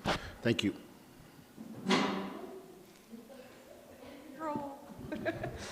Just a reminder that we break out the solid waste services and utilities capital projects because they are rate funded, so not mill rate or tax supported. So the public works slice of the pie there would be streets and roads and parks. Yeah. It's just kind of confusing because the utility sits under public works, but that's why we break it out that way. No, thanks, great clarification on that. So this just shows at a high level the capital expenditures for the planning period 2022 to 2026. So over the 5-year window, the total capital expenditures is at $128.5 million. Just for these first kind of 2 high-level slides, I have included the D projects. So in the final version, once we've decided where we kind of land with regards to the capital program overall, we will remove them. But just right now, these numbers are a little bit higher than they otherwise would be because we want to show the impact of those D projects, which we have identified and are included on the lists you'll be getting. So obviously 2022 and 2023, the fire hall is a big portion of that 2022. And in 2023, there's also, where is my number here? So 14.65 for the new fire hall in 2022, and then in 2023 there's 10.5 million for a pump house 2 treatment capacity upgrade construction. It's been identified for a while, so 2 larger projects in the 2022 and 2023 years. And then we can see in the next table that breakdown between the town ops, which would include public works, like the parks and streets and roads, but with the utilities piece broken out separately. And so we can see that 2022 is more town operations with the fire hall that is more mill and tax rate supported. And then in 2023 with that pump house 2 treatment capacity upgrade, that's on the utilities side. So we do have detailed days to go through the capital and all the program, or projects, I should say, not programs, coming forward. But this was just the high-level overview I wanted to provide today. And then that was all I had for my high-level operating capital overview, but I did just have a slide on the RCMP resolution that I believe was the additional agenda item. So before we go to that, are there any other questions related to any of the capital presentation? Mr. Soto. I'm just debating in my own mind whether we want to talk about this now, and I think repetition helps, so we'll probably talk about it as well when we get into the detailed capital, but just around the funding of it. The finance team, mainly Rick, spends a considerable amount of time funding all of this from the various funding sources that Chelsea outlined. And so when you're looking at capital, I don't know that the funding is as important as whether or not it's an A, B, C, or D. I mean, if there's a C project that you really want to do, just because it's funded from taxes or whatever, doesn't matter. It's because we can fund something else from that, and typically there are restrictions for some of our grants and in what projects they can fund. Ms. Rogers spoke this morning to some of the money being fungible. There are other pots of funds that are not fungible. Anything that has been collected by a developer, or cash in lieu of parking, or things like that that are in dedicated reserves, we clearly can't use offsite levy revenue for a future project to fund the new fire hall, for example. That would be an absolute no-no. But other reserves, capital, photo radar, those kinds of things have policies assigned to them, but they're council policies, so council can choose to change that policy and move funds around. So I just wanted to say that the funding piece is a big chunk of work. When you get the first view of the capital project, it will be done. You'll see how projects are funded, but that doesn't necessarily mean that's how it'll end when the dust all settles. Yeah. And then we did, and I know, I'm not going to speak about that publicly. It's not public information yet, so I'm going to. I almost said it, close. It's easy, yeah. It's not just me. Not just you, yeah. All right, that's it. Yeah, well, I'm sure it will be soon, too. Did you have something to add? Yeah, I'm wondering, when we're funding things through grants, how do we perform accessing grant money compared to other municipalities? Is that an area that can somebody explain how we get grants to me? Do you want to, Chelsea? I can take a stab. I mean, there are grants that are just given to us because they're per capita grants. They're based on every municipality. Like the MSI grant, we get our allocation. There's nothing we can do to get more. There are other program or project-specific grants that we go targeted for. A lot of our solar panels installations have been grant funded through special climate action grants. There used to be specific targeted grants for waste management and water and wastewater infrastructure, but you had to apply. You had to apply before you started the project. Like, there were a number of things. And at one point in the town's history, we actually had a grant coordinator that, yes, Mr. Deans, if he's still in town. He is still in town, I know that. But that was one of the positions that, through attrition, when we had a downturn in development, we lost. So are there grants out there that we might be missing? It's possible. But we do keep our eyes and ears out for any grant opportunities that come from other levels of government, for sure. I don't know if anybody wanted to add any of that. Yeah, no, I don't think there's much to add. I mean, there are ones that, in conversations between finance and managers of other areas, if we see new announcements, we're obviously always keeping an eye out for those, and whether they're a good match to existing things we have. Recently, we've seen some grant programs moving away from grants where they just give us money to low-interest loans and some of those types of things, which are less beneficial to us since we already have access to low-interest loans through the provincial government and some of those pieces. So there's usually a weighing of, does it align well with the work we're already doing to the extent that it would benefit us through that, and would we meet the requirements? And so when new ones come along, it's often a combined conversation between finance and those areas about whether we think it's a good fit or not. And so, yeah, some come to us directly, some we specifically apply for. Through the fire hall, there's a new one we're accessing. that was identified. So we'll get into this more, but the Federation of Canadian Municipalities has it's a combined low-interest loan and a grant portion, and because the new fire hall the construction is planned for net carbon neutral, we were eligible for that. So that's a new grant that we're identifying, but it's tied to also accessing the loan through them as well. So there are new things coming forward, and depends, but that's kind of the process for how some of the big ones have come about recently, if that helps. Just to add to that a bit, we do get often proposals from external companies who offer to source grants on our behalf for a percentage or fee of the total grant. And we found in our discussions with them, we've typically already found those grants and have them sourced and applied for. So there isn't a magic bullet that we've seen that we're missing on that end. Yeah. Great. Any other questions? Councillor Faubert?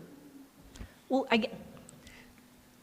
sometimes you hear about shovel-ready grants, like we're in a pandemic, we want to stimulate the economy, we're the federal government, we're going to create a new grant program, bring us your projects. My question is, most of what I like about our capital budget, projects are funded. You don't have things in there that are unfunded or where's the money coming from? We're not speculating.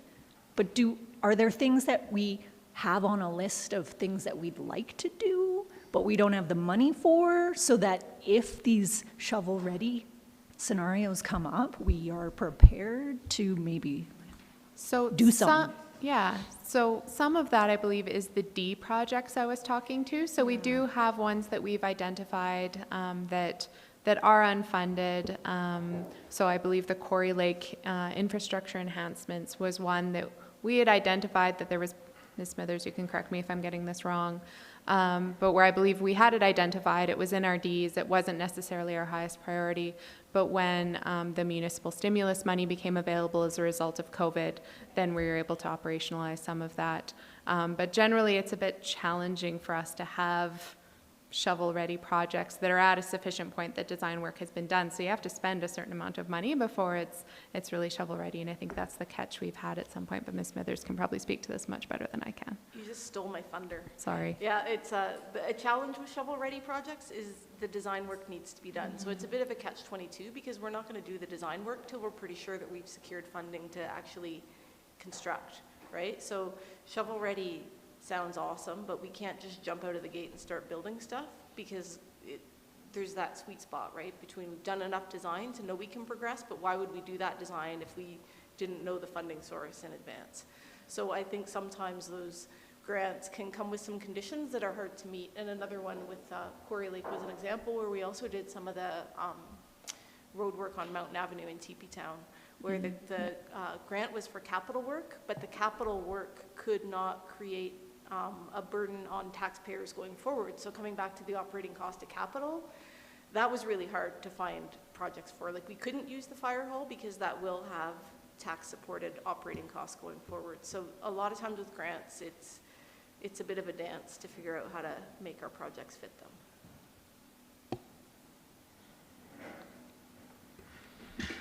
Mr. Soto. And these are great discussions. The other complex issue with grants are some of the conditions, as Ms. Smithers was alluding to. But for example, and we hope to be able to do some advocacy with the Minister of Transportation around this when we get to AUMA. We've requested a meeting with the Minister, have not yet been told whether we've been granted one. But green trip funds, which have funded much of our transit program, we've applied for them regionally. Typically, they've been given to Rome Transit, but then are allocated out to the various programs, be it regional or local transit systems. So they've purchased many of our buses, et cetera. But they're not, like they have very detailed restrictions about what they can and cannot be used for. So they could, green trip funds could fund a parkade at a bus transit stop, but wouldn't be able to fund sidewalks and trail enhancements to get you to the transit stop. So we've been trying to, a lot of our pedestrian infrastructure, cycle infrastructure, et cetera, which you think you'd be able to get green trip funding for, we can't. And we've been doing some advocacy, have written numerous letters about trying to have government grants be able to support those projects, and to date haven't had much success. I guess a question I would have is that this is a question I would need to ask myself. I never really put into any thought into it, is that, so like the town of Banff, as part of their green trip funding through Rome, have received funding for the pedestrian bridge. Over the river? I could be wrong. I'll double check. I believe that was funded by the PAW Foundation. Yeah. I don't think it was Green Trip. Green Trip does not fund pedestrian or cycle infrastructure. Might have been the federal grant funding. I have to ask. I'm meeting with Martin tomorrow. I'll ask. Yeah. But Yeah, and Green Trip is federal funding. It's just, that's the other thing, is most of the, no, the green trip is municipal, is provincial. That's the remaining from our climate, from the carbon levy that happened during the previous government provincially. yeah, so the way we get grants, even federal grants, is through the province. Right. So typically the province gets allocated the money from the federal government, and then sometimes the province themselves, each individual province can set up different criteria. So the municipal stimulus grants that Chelsea was just mentioning, that was a federal program. The province of Alberta put their conditions on it, which meant they had to be shovel-ready, and they couldn't add increased operating costs to municipalities. So those were unique conditions to Alberta for a federal grant program. With Can no make it red very tape. difficult. Yeah. And we're back up and running, Yeah. it looks like. Thank you, Garrett. It was the Investing in Canada Infrastructure Program for the Banff Bridge. All right. Any other questions on the capital? Or anything, because that was my last slide. So if there are any lingering questions on anything from the overview for operating or capital. I would just like to say one more thing, is that when you do get the capital slides and then the capital detail, which are still being finalized, have yet to be printed, you'll get a justification sheet for each project in 2022, and what we challenge managers with is identifying the downstream operational impacts of that capital project. So you'll see there's a section on the justification sheet that says operational impacts, and we're trying to be more attentive to those, and they're difficult because you don't always know. Yeah. More than one, yeah. All right. Good addition there. Any other questions?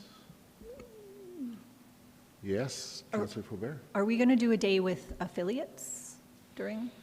There is time, I believe, I don't have the schedule in front of me, but I think it might be next Wednesday that we will. So we haven't asked affiliates to prepare presentations or anything. So to the extent that we have information supporting their requests, I believe that actually is already in your binders, all that supporting documentation. But when we go through the operating there, I think at the front of that summary, we can walk through the summary of the requests from the affiliates.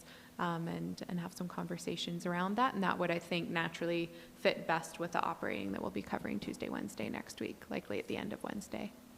Are requirements in terms of funding and reporting back individually based with each organization, or do we have an overarching policy around funding affiliates and what they report back on?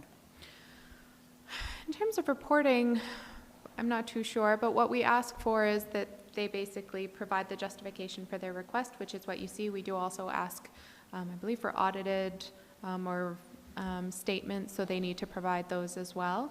And then really whether the organization is meeting the mandate and the expectations, I believe, would be up to Finance Committee and Council as to whether they felt that those asks were still meeting kind of the organizational needs. But from an administrative perspective, it's really just that they're able to provide us with the financial statements, and we ask for them at the time they send in their ask.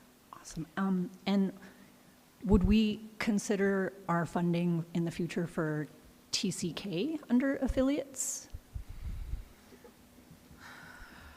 Right now, it's included in the economic development area and is funded through there. That one's based on a contractual obligation, isn't it? Right. Yeah. So they're providing a service. Right. Yeah, not in the same way that Canmore Business and Tourism did, because they were also providing our economic development services, so they were getting Right. all of the business registry fees. We did do, TCK did a tourism strategic plan in the last few years, and the town, Eleanor Miclet, our economic development manager, produced a bridging document that highlighted sort of some of the responsibilities of that tourism strategic plan on the municipality, and providing a consistent funding source for them was one of those priorities. And so I think it's just been the last year that we've put that, 2 years now, that we've put that into tourism. I think it's a really interesting question, because we don't have a policy, and it may be a policy gap. But to Ms. DeSoto's point, we have a bit of a different agreement with every agency. So with the library, we are the lion's share of their funding. With the museum and arts place, we're a tiny portion. And then with TCK, we have an agreement where they have specific deliverables that they have to meet that's linked back to their strategic planning and our bridging document, and the manager of economic development is very, very closely works with them, whereas almost all of the other affiliates we fund were much more hands-off. So it's a little bit of apples and oranges, and the short answer to both of your questions is no. But there's a whole lot more context behind it. So we could in the future look at treating TCK in a similar way to affiliates, but right now it's really set up as a part of the economic development portfolio. Mm-hmm. And some of that is the history going back to CBT when they were providing both services. So, we haven't really modernized and created an umbrella for our approach to all those affiliates. They're all, some of the things Ms. Richardson pointed to, their financials, they do a justification for why they're asking for, but then it's very different based on the organization. Thank you. Yeah, and it's just raising a very good point for me that we had moved away from full presentations from affiliates at budget time and moved towards having them appear in front of council throughout the year at a committee of the whole meeting. Because typically what they've done is they've stood in front of you, much like our managers did in your orientation, and share their program objectives and all the good work they're doing, and it was much less about their budget ask. But to Sally's point, there are a number of different ways we fund organizations. For example, the SPCA gets a chunk of our dog licensing revenue, and that's not in any policy, and there's no reporting back on what they do with those funds at all. I think Victim Services is another one that we haven't had a presentation from in a long time. So we'll have to get those on your committee of the whole agendas, and so that council is well aware of why we're funding them and whether you believe it's worthwhile to continue funding them in that way. Good discussion. Well, thank you very much, Ms. Richardson, for your presentations today, and we look forward to more in the many, many sessions coming. Thank you. So that moves us to item 5, RCMP Resolution. Now I'll give a little context for why I requested this on the agenda. And that's in August 2021, a first ever collective bargaining was announced between the federal government and the National Police Federation, representing nearly 20,000 RCMP officers across Canada. Now, the agreement includes a significant increase in pay for RCMP officers and retroactive pay going back to 2017, which will have a substantial national financial impact on municipalities that use contract RCMP police services, such as ourselves. Municipalities pay a growing share of policing costs, but were not consulted and have limited financial tools to absorb these costs. So the Federation of Canadian Municipalities has voted to call on the federal government to absorb all retroactive costs associated with implementation and to commit to ensuring municipalities are properly consulted on measures that would impact local fiscal sustainability and ability to maintain effective levels of police services. So the challenges that are being faced, as noted there, are that we're not being consulted prior to the process, and yet we are asked to, obviously bear the outcome, and that the cost estimates that were given to municipalities turned out to be far too low, and that we don't then have the tools to absorb new significant unbudgeted increases because of what we talked about earlier today, limited revenue resources, and as Councillor McCallum pointed out, municipalities get the smallest by far share of the overall tax dollar that's raised. So we could be forced to make difficult choices, such as making cuts to essential services or passing on increases through property taxes. So this has a very real impact. We heard that our approximate amount is about $1 million, and that's roughly a 4% tax increase to cover that, right? So that leads to this resolution that while we're the Finance Committee and we can't make the resolution as council, we can certainly recommend it to council, and I thought it was important for us to address this in a timely manner at the first possible opportunity, and it made sense to come from the Finance Committee since it has a financial impact. So the motion that I'm suggesting is that, or that I'm going to be putting forward right now, in fact, that the Finance Committee recommends that Council consider and adopt the following resolution regarding RCMP contract policing municipal cost increases. Whereas the recent collective agreement between the RCMP and National Police Federation includes significant retroactive pay going back to 2017, as well as pay increases going forward. And whereas our municipality and others that depend on RCMP contract policing are facing significant unbudgeted costs that may force us to make very difficult choices at a time when our primary focus needs to be on economic recovery from the COVID-19 pandemic.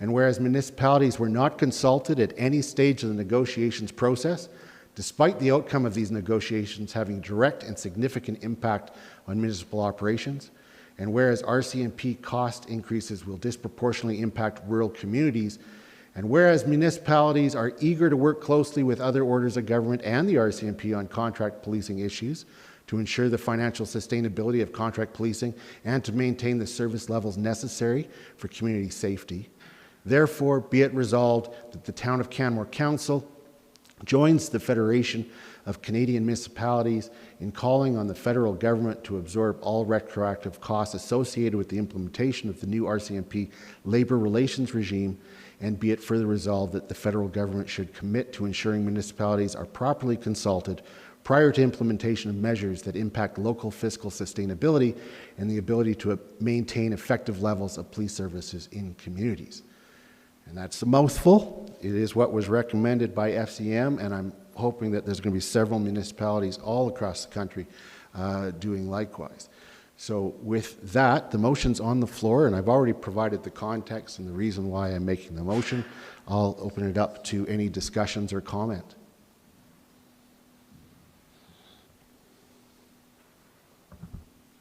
Councillor McCallum. Pardon me. Thank you, Mayor Krausert. That's weird, too. I'd be happy to support this resolution. You know, this is something that has been discussed around the Safe and Healthy Communities Committee table since I was appointed last year. And it is something that's of great concern to small and large municipalities that rely on the RCMP for policing in their communities. You know, we're only looking at 18 members, but there's other municipalities that are looking at far greater and have experienced changes in their tax base at the same time and are going to find this very difficult to backfill. So I appreciate you bringing this forward. I believe that we're going to have quite a bit of unanimity amongst municipalities at the AUMA to as well as the Federation of Canadian Municipalities, to the federal government with regards to this. And, you know, on one side, I'm really happy for the RCMP members. I really believe that they need to be better represented as a workforce, to bring them in parity with city forces. But at the same time, this is a fairly crippling cost that's being downloaded to municipalities, and I think it's important that we let the federal government know that it's not our responsibility, it's theirs. So I'd be happy to support this. Councillor Hillstead. I'll also be happy to support this. Councillor McCallum summed it up quite well. This is, again, another spot where things are getting downloaded onto us and other municipalities across the country. So it's, you know, hopefully we'll see a lot of, or maybe every municipality across the country join us in this. And yeah, hopefully we'll get a good resolution out of this and the federal government will listen. Councillor Faubert. Thank you. I'm in support of this resolution. I think the more time I've spent learning about municipal financing, the more surprising it is how much we do with so little of the pie. And policing is one of those things that we have to do, and it's important for our community. We struggle as well, I think, from increased demands for policing services due to visitation, but that's, I think, a different police funding issue.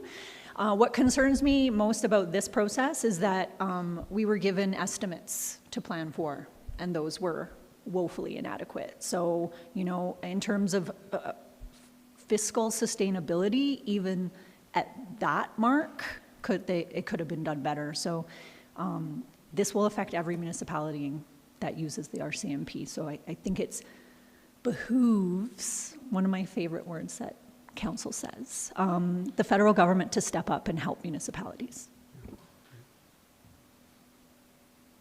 Any other comments? Seeing none, I'll then ask the question. All those in favor? Carried unanimously. So that is a recommendation to council, so it will come to council, and hopefully at the next meeting, because it should be fairly quick, I would think. So thank you very much. And with that, we are done our session today. And so I will move adjournment of this meeting at 1:37 p.m. All those in favor? Carried unanimously. Thank you.